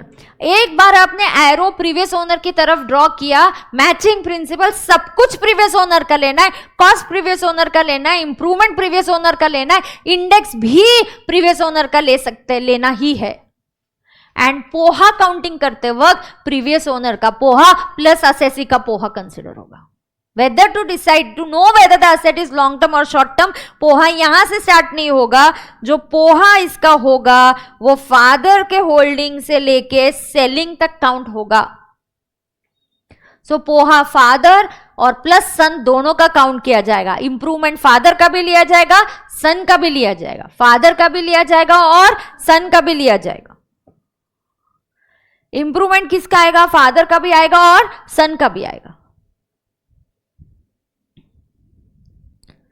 Cost for son, what will be the cost for son? Cost to previous owner. COI, cost of improvement किसका लेंगे, COI son का भी लेंगे, plus COI father का भी consider करेंगे. COI son का भी आएगा, COI फादर का भी आएगा. पोहा फादर का भी आएगा प्लस पोहा सन का भी आएगा, to decide whether it is long term oblique short term. दोनों का पोहा ऐड होगा. इंप्रूवमेंट प्रीवियस ओनर का भी आएगा. इंडेक्स कंसिडर करते वक्त इंडेक्स कॉस्ट ऑफ एक्विजिशन का फॉर्मूला एक ही है, cost of acquisition divided by index of the year in which the asset is acquired into index of the year in which the asset is transferred. Now cost of acquisition divided by index of the year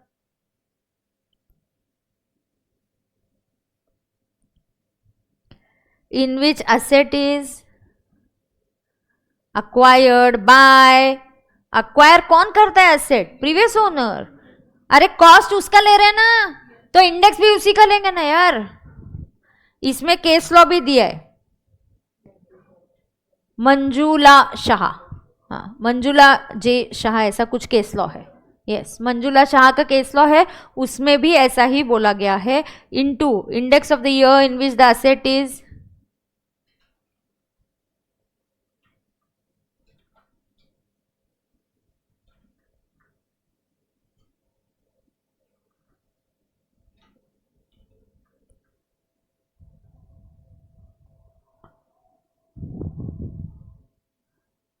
in which the asset is transferred.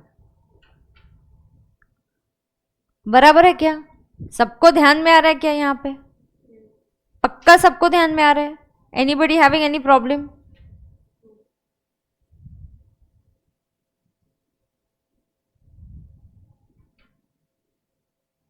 किसी को कोई problem नहीं है?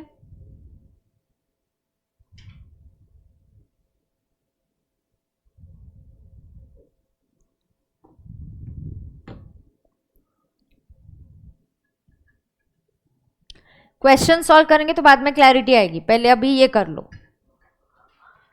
ये हो गया क्या? यहां मैं बोलती हूँ क्या खत्म हो गया? बेसिक खत्म हो गया. अब क्वेश्चन ये करते वक्त आपको ये रूल और कुछ चीजें ध्यान में रखनी पड़ेंगी जो will understand with the practice. But यहाँ पे अभी क्या हो गया? बेसिक में हमने क्या सीखा? What is a capital asset, what is not a capital asset, what is rural area, what is not a rural area. Then I explained you what is पोहा 12 months, 24 months, 36 months. Two important amendments: market linked debentures and specified mutual funds. मतलब equity oriented को छोड़ के जो specified mutual funds है, इसका poha will always be short term irrespective of residential status, irrespective of residential status. I really need coffee now, sorry. उसका उसका poha will always be short term irrespective of poha actual period of holding.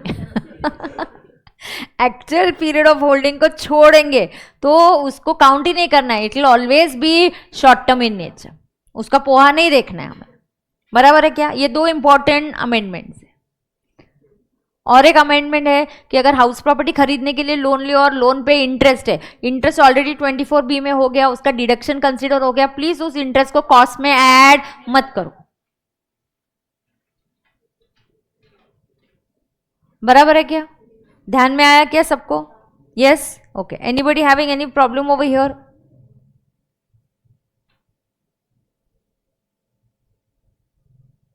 Okay, अभी done.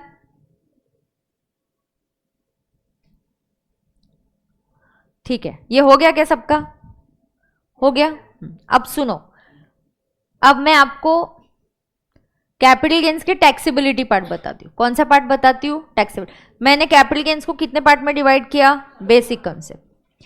हमेशा कभी भी वो difficult part से नहीं start करने का. मेंटल गेम है ये, साइकोलॉजिकल गेम है. You finish 3 parts and you से चलो अभी ओनली स्पेशल केस बचा है, तो automatically you feel nice and you feel confident. Is the basic concept over. अब क्या है बचा है? मैं सिखाऊंगी एग्जम्पशंस और अब मैं सिखाऊंगी कौन सा? Taxability part. मैं कौन सा पार्ट सिखाऊंगी? Taxation, taxability part. और उसके बाद में क्या सिखाऊंगी आपको? Special cases. अब मेरा कौन सा पार्ट हो गया? Basic condition. अब मैं कौन सा पार्ट कराती हूँ? टैक्सेबिलिटी. एक सेकेंड. हाँ,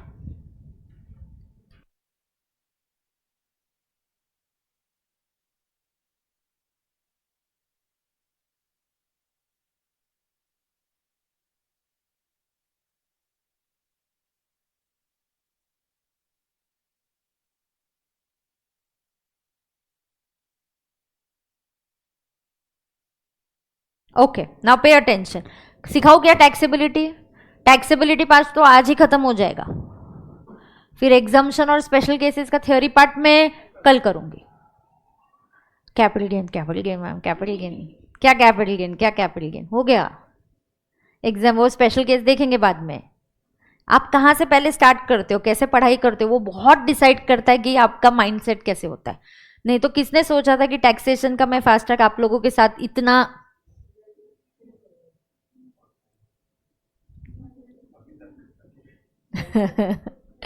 यस तो अब मैं सिखाती हूँ टैक्सेबिलिटी। रेडी है क्या? 1 page chart and your taxability is done. I will finish your taxability in 15 to 20 minutes. Very simple. Okay?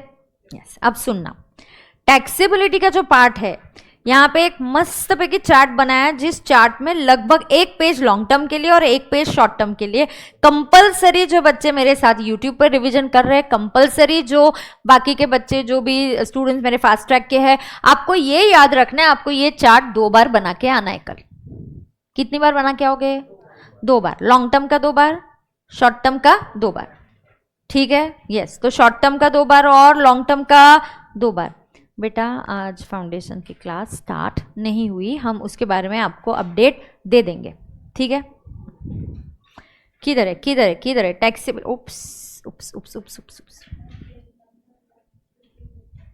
आ गया। Here we are. ये देखो 2 पेजेस का ये जो चार्ट है on page 152 and 153 of my regular class notes, and fast track में वो क्या पेज है? 163। ध्यान से, easy, very simple. 2 pages you do and your taxability is done. 2 more pages for exemptions का चार्ट है, you do that, your exemptions is done. 2 pages exemption, 2 pages taxability, 1-1.5 page अभी हमने लिख के लिया होगा, बेसिक हो गया।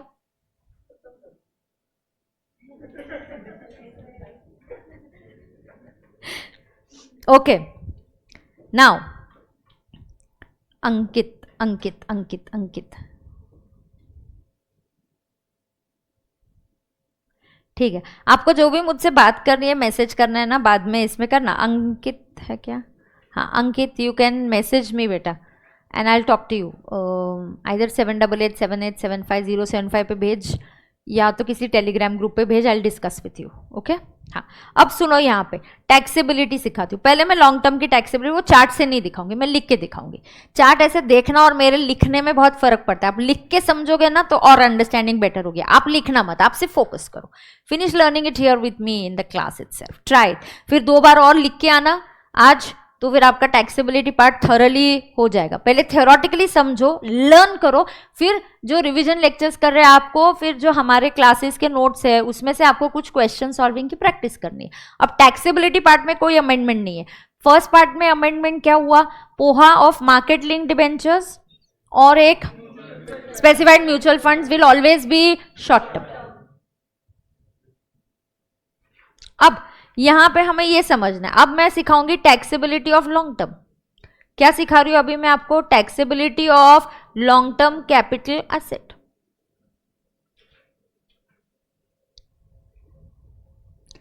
अब taxability of long term capital asset क्या है? Taxability of long term capital asset में हमें यह समझना है, taxability of long term capital asset, ठीक है? अब देखो, capital asset is divided here generally the long term capital बोला तो 112 सेक्शन आता है। 112 में टैक्स रेट इज एट 20%। बेटा एट 20 बोलती हूँ माने फ्लैट रेट ऑफ 20% का मतलब होता है no BEL, basic exemption limit नहीं मिलेगा। हाउएवर ये उसका एक्सेप्शन लिख रही हूँ ब्लैक में, हाउएवर अनएग्जॉस्टेड BEL का बेनिफिट, हाउएवर बेनिफिट ऑफ ऐसे लिखती हूँ। हाउएवर क्या लिखूंगी? Benefit of unexhausted BEL is available. ये किसको मिलेगा benefit? Is available only to a resident individual and resident HUF। ये रेसिडेंट इंडिविजुअल और HUF को बेनिफिट मिलेगा। How is it a benefit? I will explain you with the help of an example. अब तीसरा यहां पे नो चैप्टर 6 से deduction, chapter 6 से डिडक्शन नहीं मिलेगा, BEL नहीं मिलेगा और टैक्स का रेट होगा 20%। खत्म, कुछ नहीं है इसमें और। Flat rate of 20%, no BL, BL मिलेगा only for unexhausted, BL is available only to resident individual and resident HUF। अब मुद्दा आता है किसका, ये जनरली वाला हो गया। अब मुद्दा किसका आता है, यहां पे एक आता है सेक्शन 112A। 112A आता कब है, बहुत ध्यान से सुनना, ये इक्विटी शेयर स्टॉक मार्केट वाला है, इक्विटी शेयर स्टॉक मार्केट वाला, बहुत ध्यान से सुनना। This is equity oriented mutual funds, या इक्विटी शेयर्स ले लो, या इसका मेरा चार्ट बहुत अच्छा बना हुआ है, एक एक पॉइंट उस चार्ट में कवर्ड है। इक्विटी शेयर्स और इक्विटी ओरिएंटेड म्यूचुअल फंड्स। अब इस शेयर्स के लिए I have to pay STT। STT कहाँ पे पे होता है, जब ट्रांजैक्शन स्टॉक मार्केट के थ्रू होता है। मैंने हर्षद सर से डायरेक्टली कोई शेयर्स खरीदे तो मैं STT नहीं पे करूंगी, because I knew Harshad and Harshad sir knew me. Buyer and seller को स्टॉक मार्केट पे जाने की जरूरत नहीं पड़ी। जब ट्रांजैक्शन स्टॉक मार्केट के थ्रू होता है तब STT पेड का जरूरत आता है, वरना STT पेड नहीं होता है। तो ये स्टॉक मार्केट वाले शेयर्स है जो मैं बात कर रही हूँ, इक्विटी शेयर्स और इक्विटी ओरिएंटेड म्यूचुअल फंड। किसकी बात कर रहे हैं अपन, इक्विटी शेयर्स और इक्विटी ओरिएंटेड म्यूचुअल फंड्स। किसकी बात कर रहे हैं अपन, इक्विटी शेयर्स और इक्विटी ओरिएंटेड म्यूचुअल फंड्स। ध्यान में आ रहा है क्या। अब देखो इक्विटी शेयर्स STT पेड कब, दोनों पॉइंट्स पे होना चाहिए, परचेज के टाइम भी पेड होना चाहिए और सेल के टाइम भी पेड होना चाहिए। लेकिन इक्विटी ओरिएंटेड म्यूचुअल फंड्स है तो STT can be paid at the time of sale, it is okay if it is not paid at the time of purchase, it is okay if it is not paid at the time of purchase.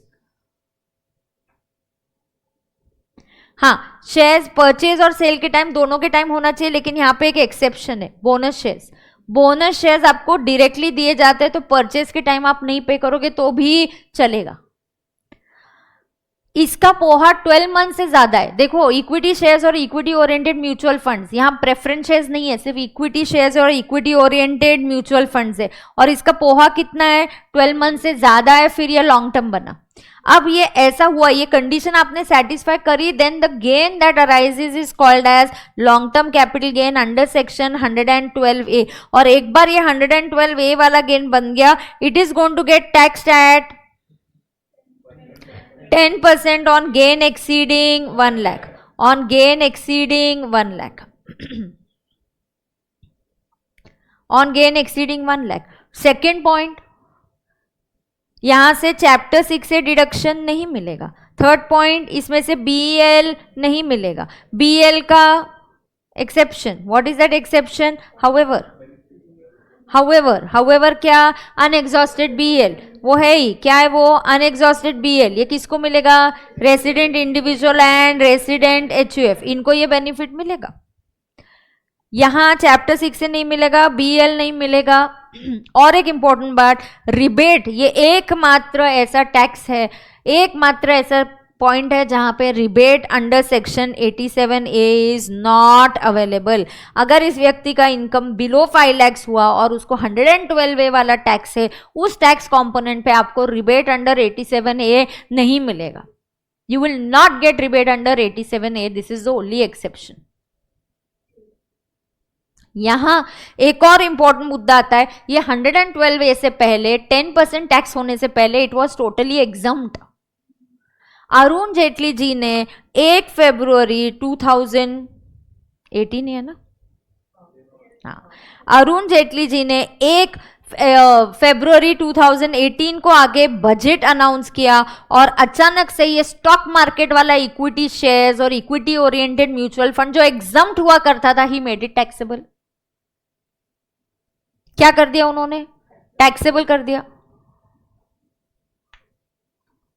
क्या कर दिया, taxable कर दिया।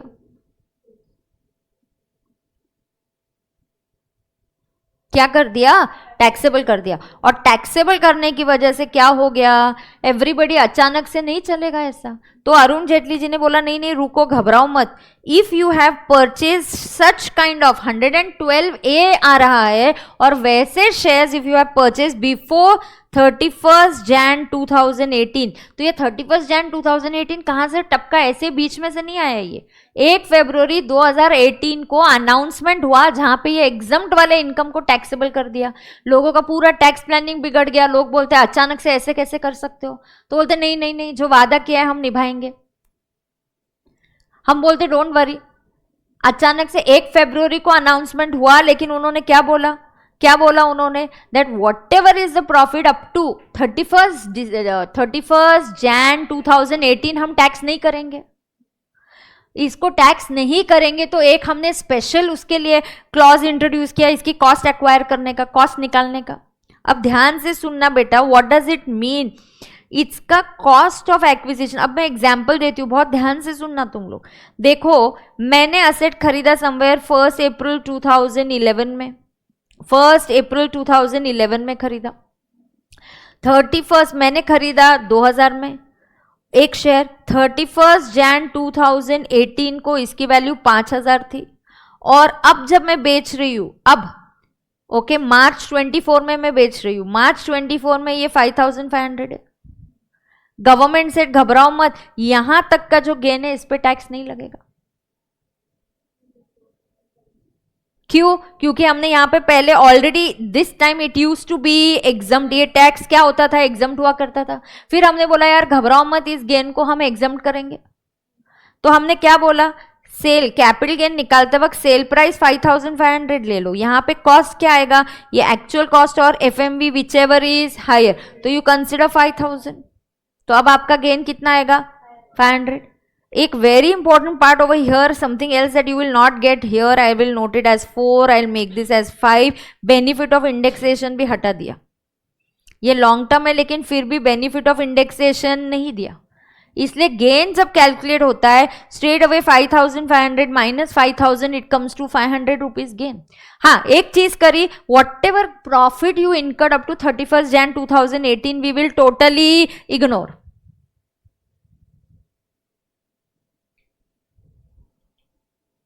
आज शायद foundation की नहीं होगी, we will let you know कब से स्टार्ट होगी बेटा। Sale is 5500 and cost of acquisition is 5000। Now what he said, सिर्फ गेन कैसे इग्नोर करेंगे, लॉस भी इग्नोर करेंगे, anything that happens up to 31 Jan will ignore. That is why इसकी कॉस्ट डिटरमाइन करने के लिए एक भारी फॉर्मूला निकालना पड़ा, जो बोलता है सेल और FMV एज ऑन 31 Jan 2018 दोनों में से consider whichever is lower then that lower amount और actual cost whichever is higher. Ma'am ऐसा काहे को, सेल भी क्यों कंसिडर किया, क्योंकि जैसे हमको प्रॉफिट इग्नोर करना है हमको लॉस भी इग्नोर करना है। Anything that happens before 31 Jan, be it profit और be it loss, I want to completely ignore it, I want to completely ignore it, be it profit or be it loss before 31st of Jan, मुझे क्या करना है, ignore करना है।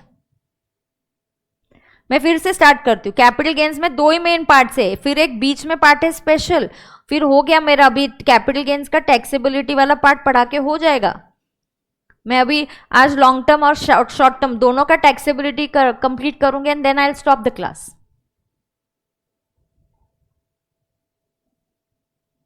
आपको compulsory ये learn करना है और ये चार्ट बना के आना है फिर से। अब देखो यहां पे क्या है, general long term capital gain, मतलब गोल्ड बेचा, घर बेचा, लैंड सेल किया, डिबेंचर सेल किया, ये सब जनरल में जाएगा। 112 20% फ्लैट, नो BEL, नो चैप्टर 6 से, इंडेक्सेशन वगैरह जैसा है सब मिलेगा, लॉन्ग टर्म को मिलता है इंडेक्सेशन का बेनिफिट। हाँ नो BEL, लेकिन BEL में क्या लिखा है, however benefit of unexhausted BEL is available for resident individual and resident HUF। ये हो गया। अब स्टॉक मार्केट वाला equity share, equity shares equity oriented mutual fund, stock market वाला होना चाहिए, मतलब STT पेड है। ट्रांजैक्शन स्टॉक मार्केट के बाहर होता है, मतलब STT is not paid. Now long term capital gain क्या होता है? Long term capital gain is taxed under 112A. Now it is taxed at 10% after 1 lakh. मतलब यार ये अरुण जेटली जी की आप दुविधा समझो, जो चीज 0% पे टैक्स हो रही थी हमने 10% कर दी, तुरंत कैसे करेंगे ऐसा? इसलिए हमने बोला रुको रुको 1 लाख का माइनस करेंगे, फिर अगर आपका गेन 112A का 1,10,000 हुआ, कितना गेन हुआ आपका? Long term capital gain under 112A कितना हुआ? 1,10,000. Do you know how much is the tax? 10,000 पे 10%, 1,000. कैसा? 1,10,000 minus on gain exceeding 1 lakh the tax rate is going to be 10%. अब यहाँ पे बेनिफिट ऑफ इंडेक्सेशन नहीं दिया, रिबेट नहीं दिया, BL नहीं दिया, चैप्टर 6 से नहीं दिया, कोई बात नहीं. ग्रैंडफादरिंग इफेक्ट दिया. ग्रैंडफादरिंग इफेक्ट मतलब जो वादा किया वो निभाना पड़ेगा. पहले तक गेन एग्जाम था तो हम बोलते 31 जैन तक, उस डेट ऑफ अनाउंसमेंट तक जो भी गेन है हम एग्जाम कर देंगे. तो हमने क्या बोला, कैसे ये गेन एग्जाम कर देंगे? You calculate the cost in a different manner, only if it is 112A. Her share के लिए नहीं करने का, शॉर्ट टर्म हुआ तो नहीं करने का. लॉन्ग टर्म अंडर 112A सिर्फ उसका अगर शेयर है तो उसकी कॉस्ट ये स्पेशल वे में निकाली जाएगी. और कैसे निकाली जाएगी उसकी कॉस्ट ये स्पेशल वे में? सेल और FMV एज ऑन 31 जैन 2018 दोनों में से whichever is lower, that lower amount or actual cost whichever is higher, then you find out its cost, then you compute gain. Indexation बिना लिए गेन निकालो, gain जो आएगा उस पर 10% टैक्स आएगा. ये मैम ऐसा क्यों किया? Cost sale, so that we can ignore any profit और लॉस इनकर्ड बिफोर 31 जैन 2018. अचानक से तुम उठ के नहीं बोल सकते टैक्सेबल हो गया.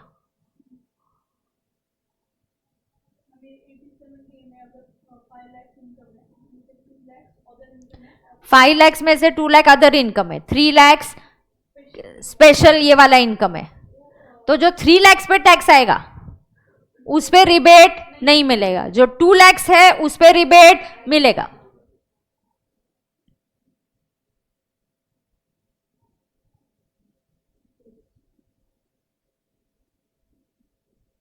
ध्यान में आ रहा क्या? Are you all understanding this? सबको ध्यान में आ रहा है क्या ये? अब देखो, अब क्या बचा? Special case. अब मैं यहाँ पे टेबल से दिखाती हूँ, 1 मिनट यहाँ टेबल से दिखाती हूँ. देखो अब आता है स्पेशल केस. मेरा 112A भी हो गया. टेबल देखो, बहुत इतना अच्छा बढ़िया टेबल बनाया हुआ है जहाँ पे हमने आपको बोला है बहुत क्लियरली एक्सेप्शन, बोनस, शेयर्स, मतलब शॉर्ट में सब कुछ हमने कवर कर दिया उस टेबल में. हाँ, तो rebate under 87A not available, share not available शब्द ऐड कर दो उधर. नो रिबेट मिस हो गया तो rebate under 87A not available. Shares are purchase before 31 Jan 2018, तो कॉस्ट इस तरीके से निकाला जाएगा जो है सेल प्राइस और FMV whichever is lower, that lower amount और actual cost whichever is higher.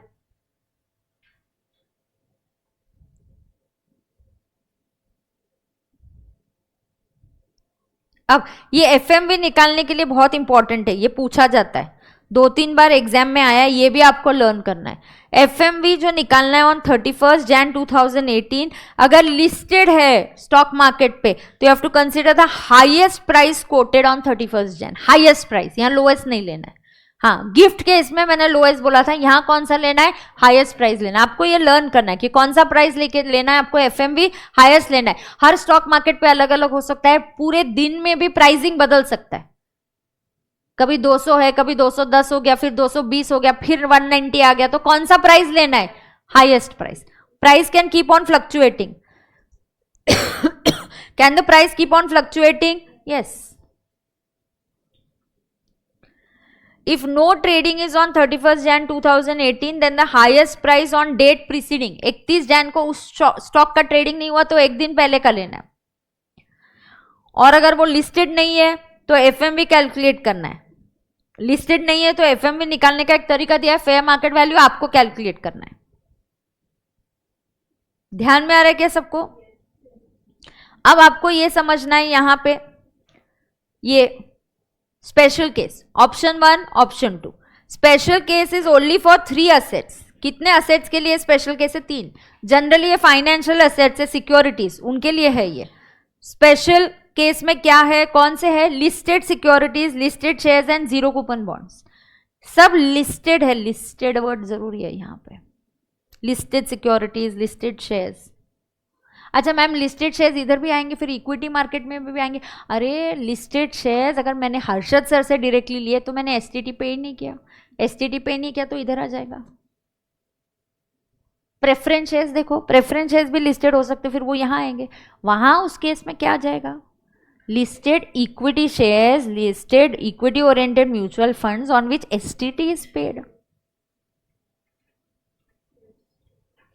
अब ऑप्शन 1, ऑप्शन 2, एक ऑप्शन है इंडेक्सेशन करो, कैलकुलेट टैक्स एट 20%, दूसरा ऑप्शन है don't do indexation and calculate tax at 10%। Choose which ever you like, choose which ever you like. आप इसमें से क्या चूज करोगे? Which ever you like.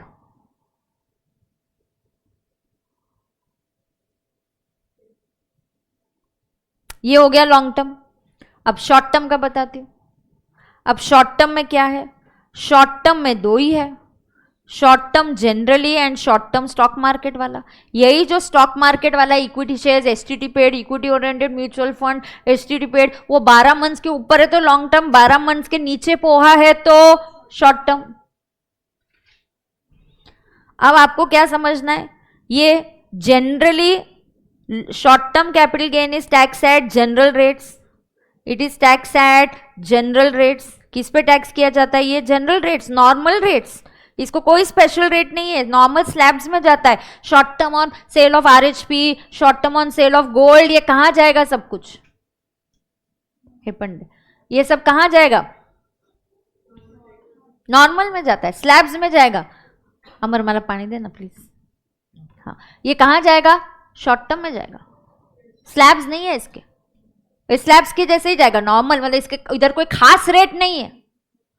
अब जो इक्विटी शेयर्स और इक्विटी ओरिएंटेड म्यूचुअल फंड्स है, equity shares, equity oriented mutual funds, वही स्टॉक एसटीटी वाले, एसटीटी पेड वगैरह वगैरह, अगर वो 12 मंथ से कम है तो ये बन जाते हैं STCG 111A। ये आपको 3 सेक्शन याद रखना बेटा, मैं कुछ नहीं कर सकती। लॉन्ग टर्म 112 मतलब वो 20% वाला, लॉन्ग टर्म स्टॉक मार्केट वाला मतलब 112A, एंड अगर वही स्टॉक मार्केट वाला शॉर्ट टर्म है तो it become short term under 111A। You have to learn these 3 sections, then life is easy, otherwise the struggle will be always there कि long term capital gain 112 बोला है exam में तो क्या करूं, लॉन्ग टर्म अंडर 112A बोला है तो क्या करूं।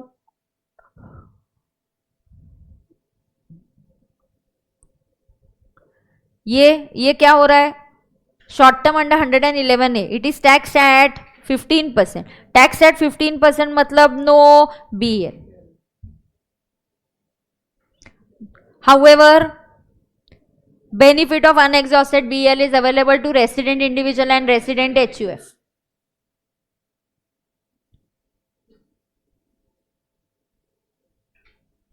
Benefit is available to resident individual and resident HUF.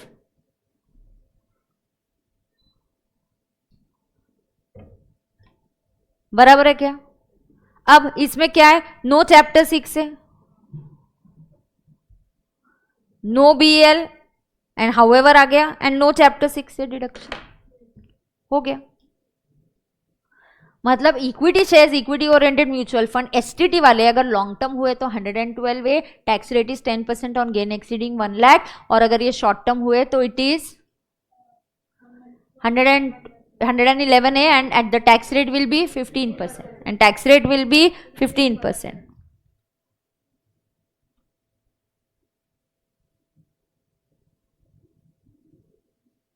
किसी को कोई डाउट है क्या?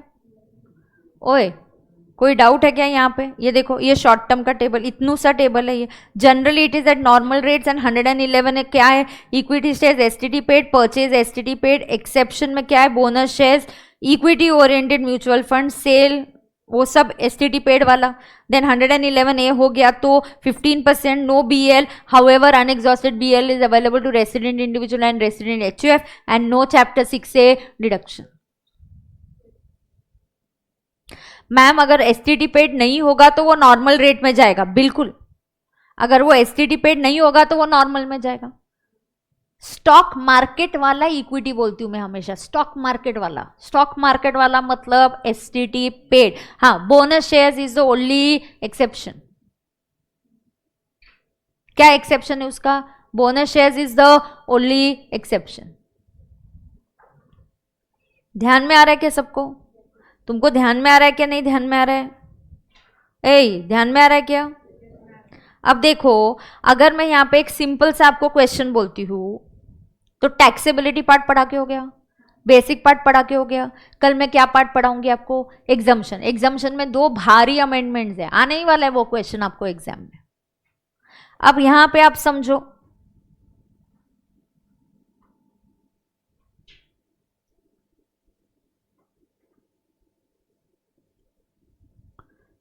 Mr. X, he has salary. Let's say salary is computed 12,50,000. Long-term capital gain on gold 3,10,000. Long-term capital gain 112A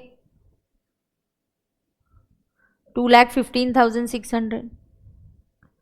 Short-term capital gain 111A 88,400. Short-term capital gain on sale of gold chapter 6A में PPF 1.5 lakh. Compute tax liability.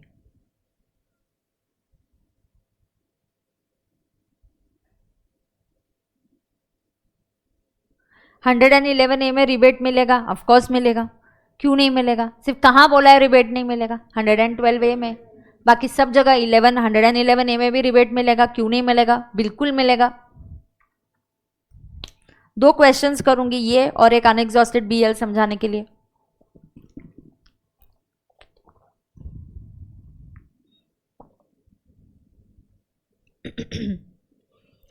मैं इधर ही करती हूँ GTI. मैं shortcut करने वाली हूँ, चलेगा? जीटीआई, एनटीआई,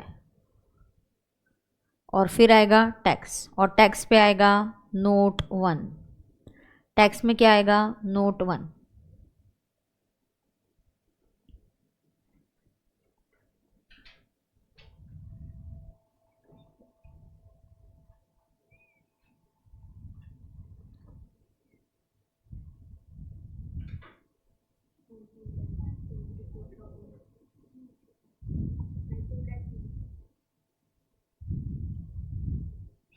क्या?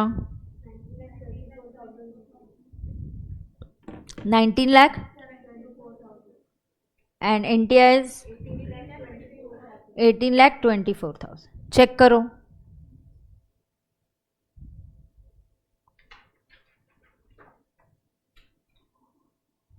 Short term capital loss enhance compensation में सेट ऑफ हो सकता है क्या? Short term loss can be set off against short term gain और लॉन्ग टर्म गेन। वो एनहांस कॉम्पनसेशन का नेचर जो भी हो, शॉर्ट टर्म या लॉन्ग टर्म, हो सकता है क्या सेट ऑफ? हाँ। अब देखो, टैक्स इज कैलकुलेटेड ऑन 18,24,000। अब ध्यान से देखना, पहले सारे स्पेशल रेट्स लिखो। अब एक स्पेशल रेट है long term under of gold, this is 112, तो इस पे टैक्स रेट है 20% वाला है। इसका गेन है 3,10,000। फिर आता है long term capital gain 112A वाला, इस पे टैक्स है 10%, इसका गेन है 2,15,600।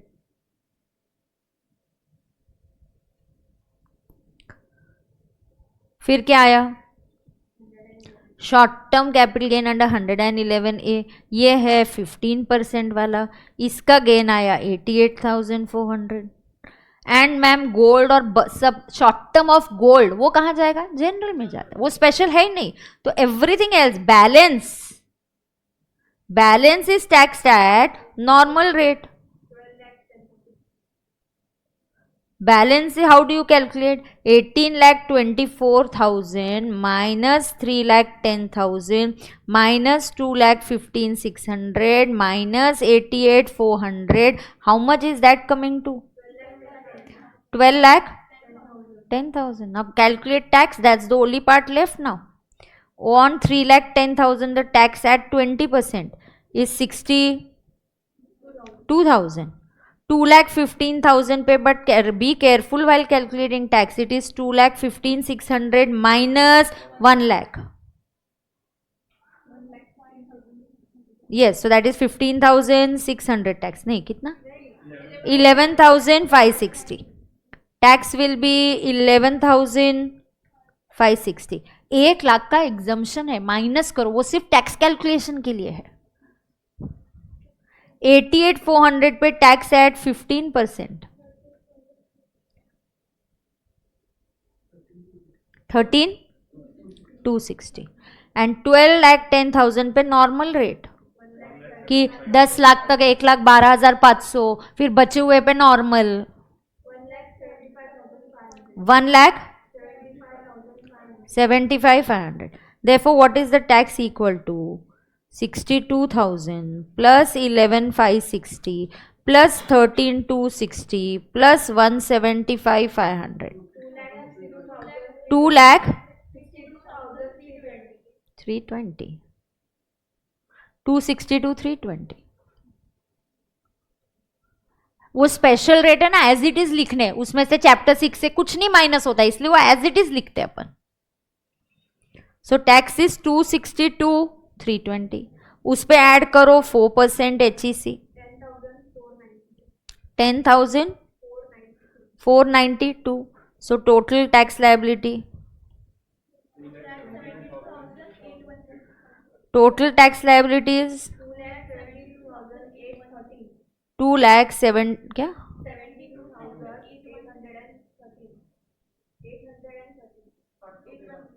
कैसे आ रहा है ऐसा? हाँ, इधर 492 लिखा तो तुम तेरा, तो 3 बोलो ना. 272,813. Therefore 272,810. चेक करो.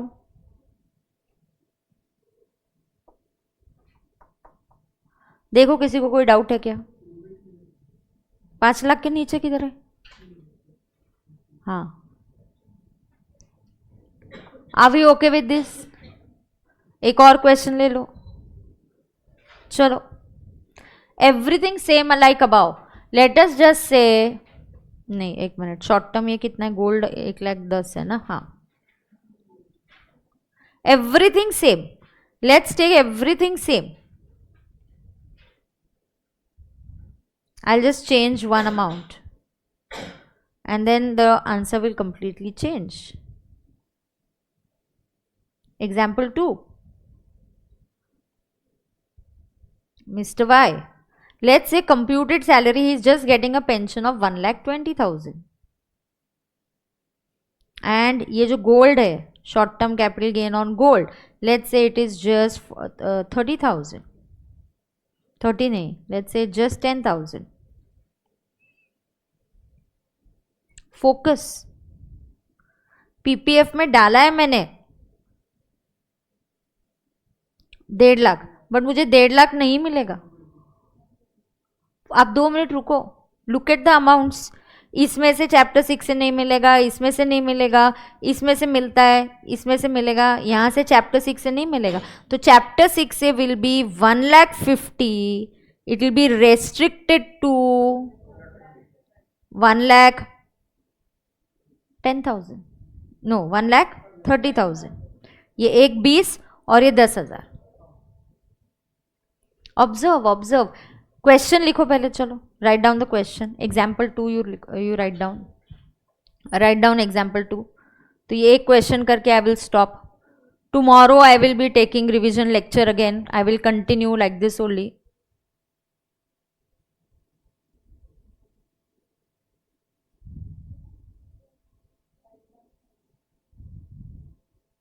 बराबर है क्या? सबको ध्यान में आ रहा है क्या इधर?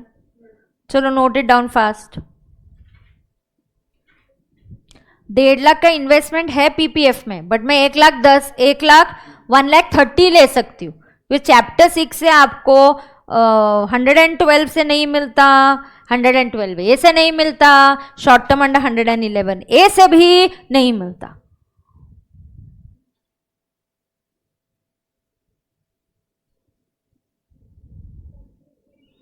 तो यहां पे एनटीआई कितना आएगा? हाँ, पहले जीटीआई चेंज कर दो।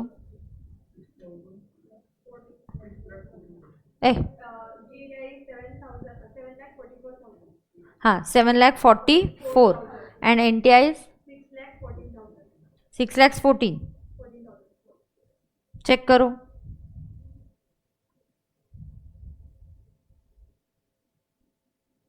सही है क्या? पीपीएफ में डाला 1.5 लाख है, क्वेश्चन में 1.5 लाख ही दिया है पीपीएफ में, बट हम लेंगे कितना? 130। अब इसका टैक्स का कैलकुलेशन देखो, टैक्स विल स्टार्ट ऑन 614। अब मत जा, 614 में से पहले स्पेशल रेट बाजू में करो। कितना इधर?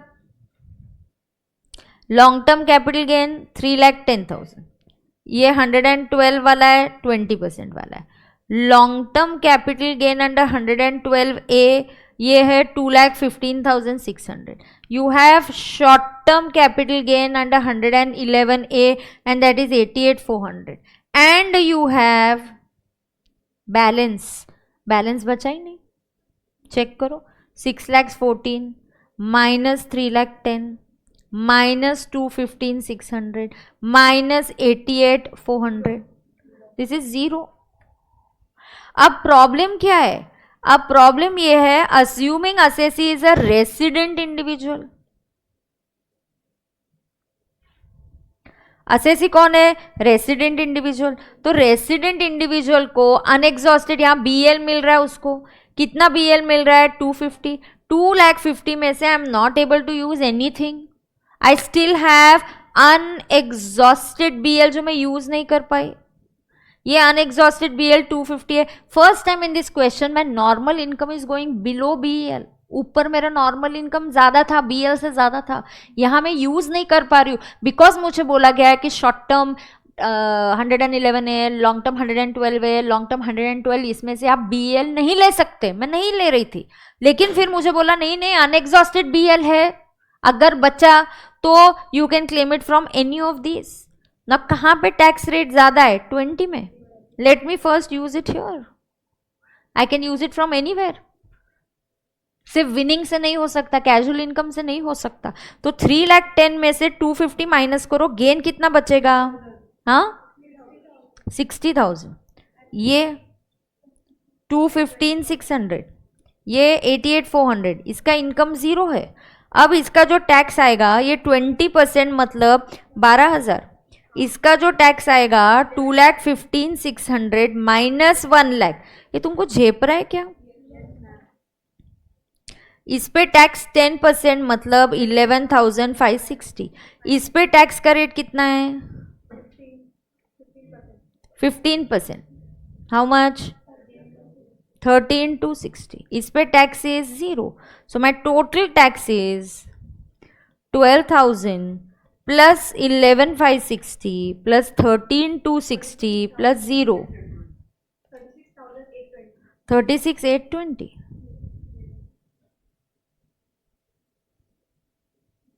ये झेप रहा है कि नहीं? ये डाउट है क्या? हो 36,820। Straight away add 4% HEC।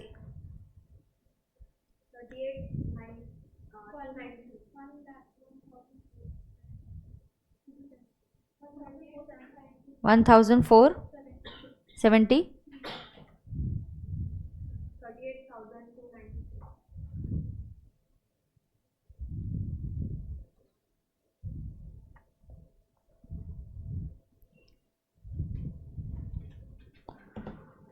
For homework, do this for a individual NR. For homework, do this and तुरंत कल ही चेक करूंगी। कल चेक करके I will do revision. I will start with exemptions and I'll come to special cases. So theoretically, first I want to finish as much as I can. Do this for homework for whom? किसके लिए करोगे? NR के लिए। बराबर है क्या? सही है? Anybody having any problem? तो हम कल मिलेंगे 11:30 बजे। कल कितने बजे? 11:30। Live streaming students, tomorrow what time? 11:30। Anybody having any problem? No? That's it. ये आप होमवर्क के लिए किसके लिए करोगे? एनआर के लिए, इंडिविजुअल, एनआर इंडिविजुअल। बराबर है? So that's it, I will see you tomorrow. Done है? Any query, any problem anybody has? No? Lecture streaming बंद करना। चलो bye bye, I will see you tomorrow guys.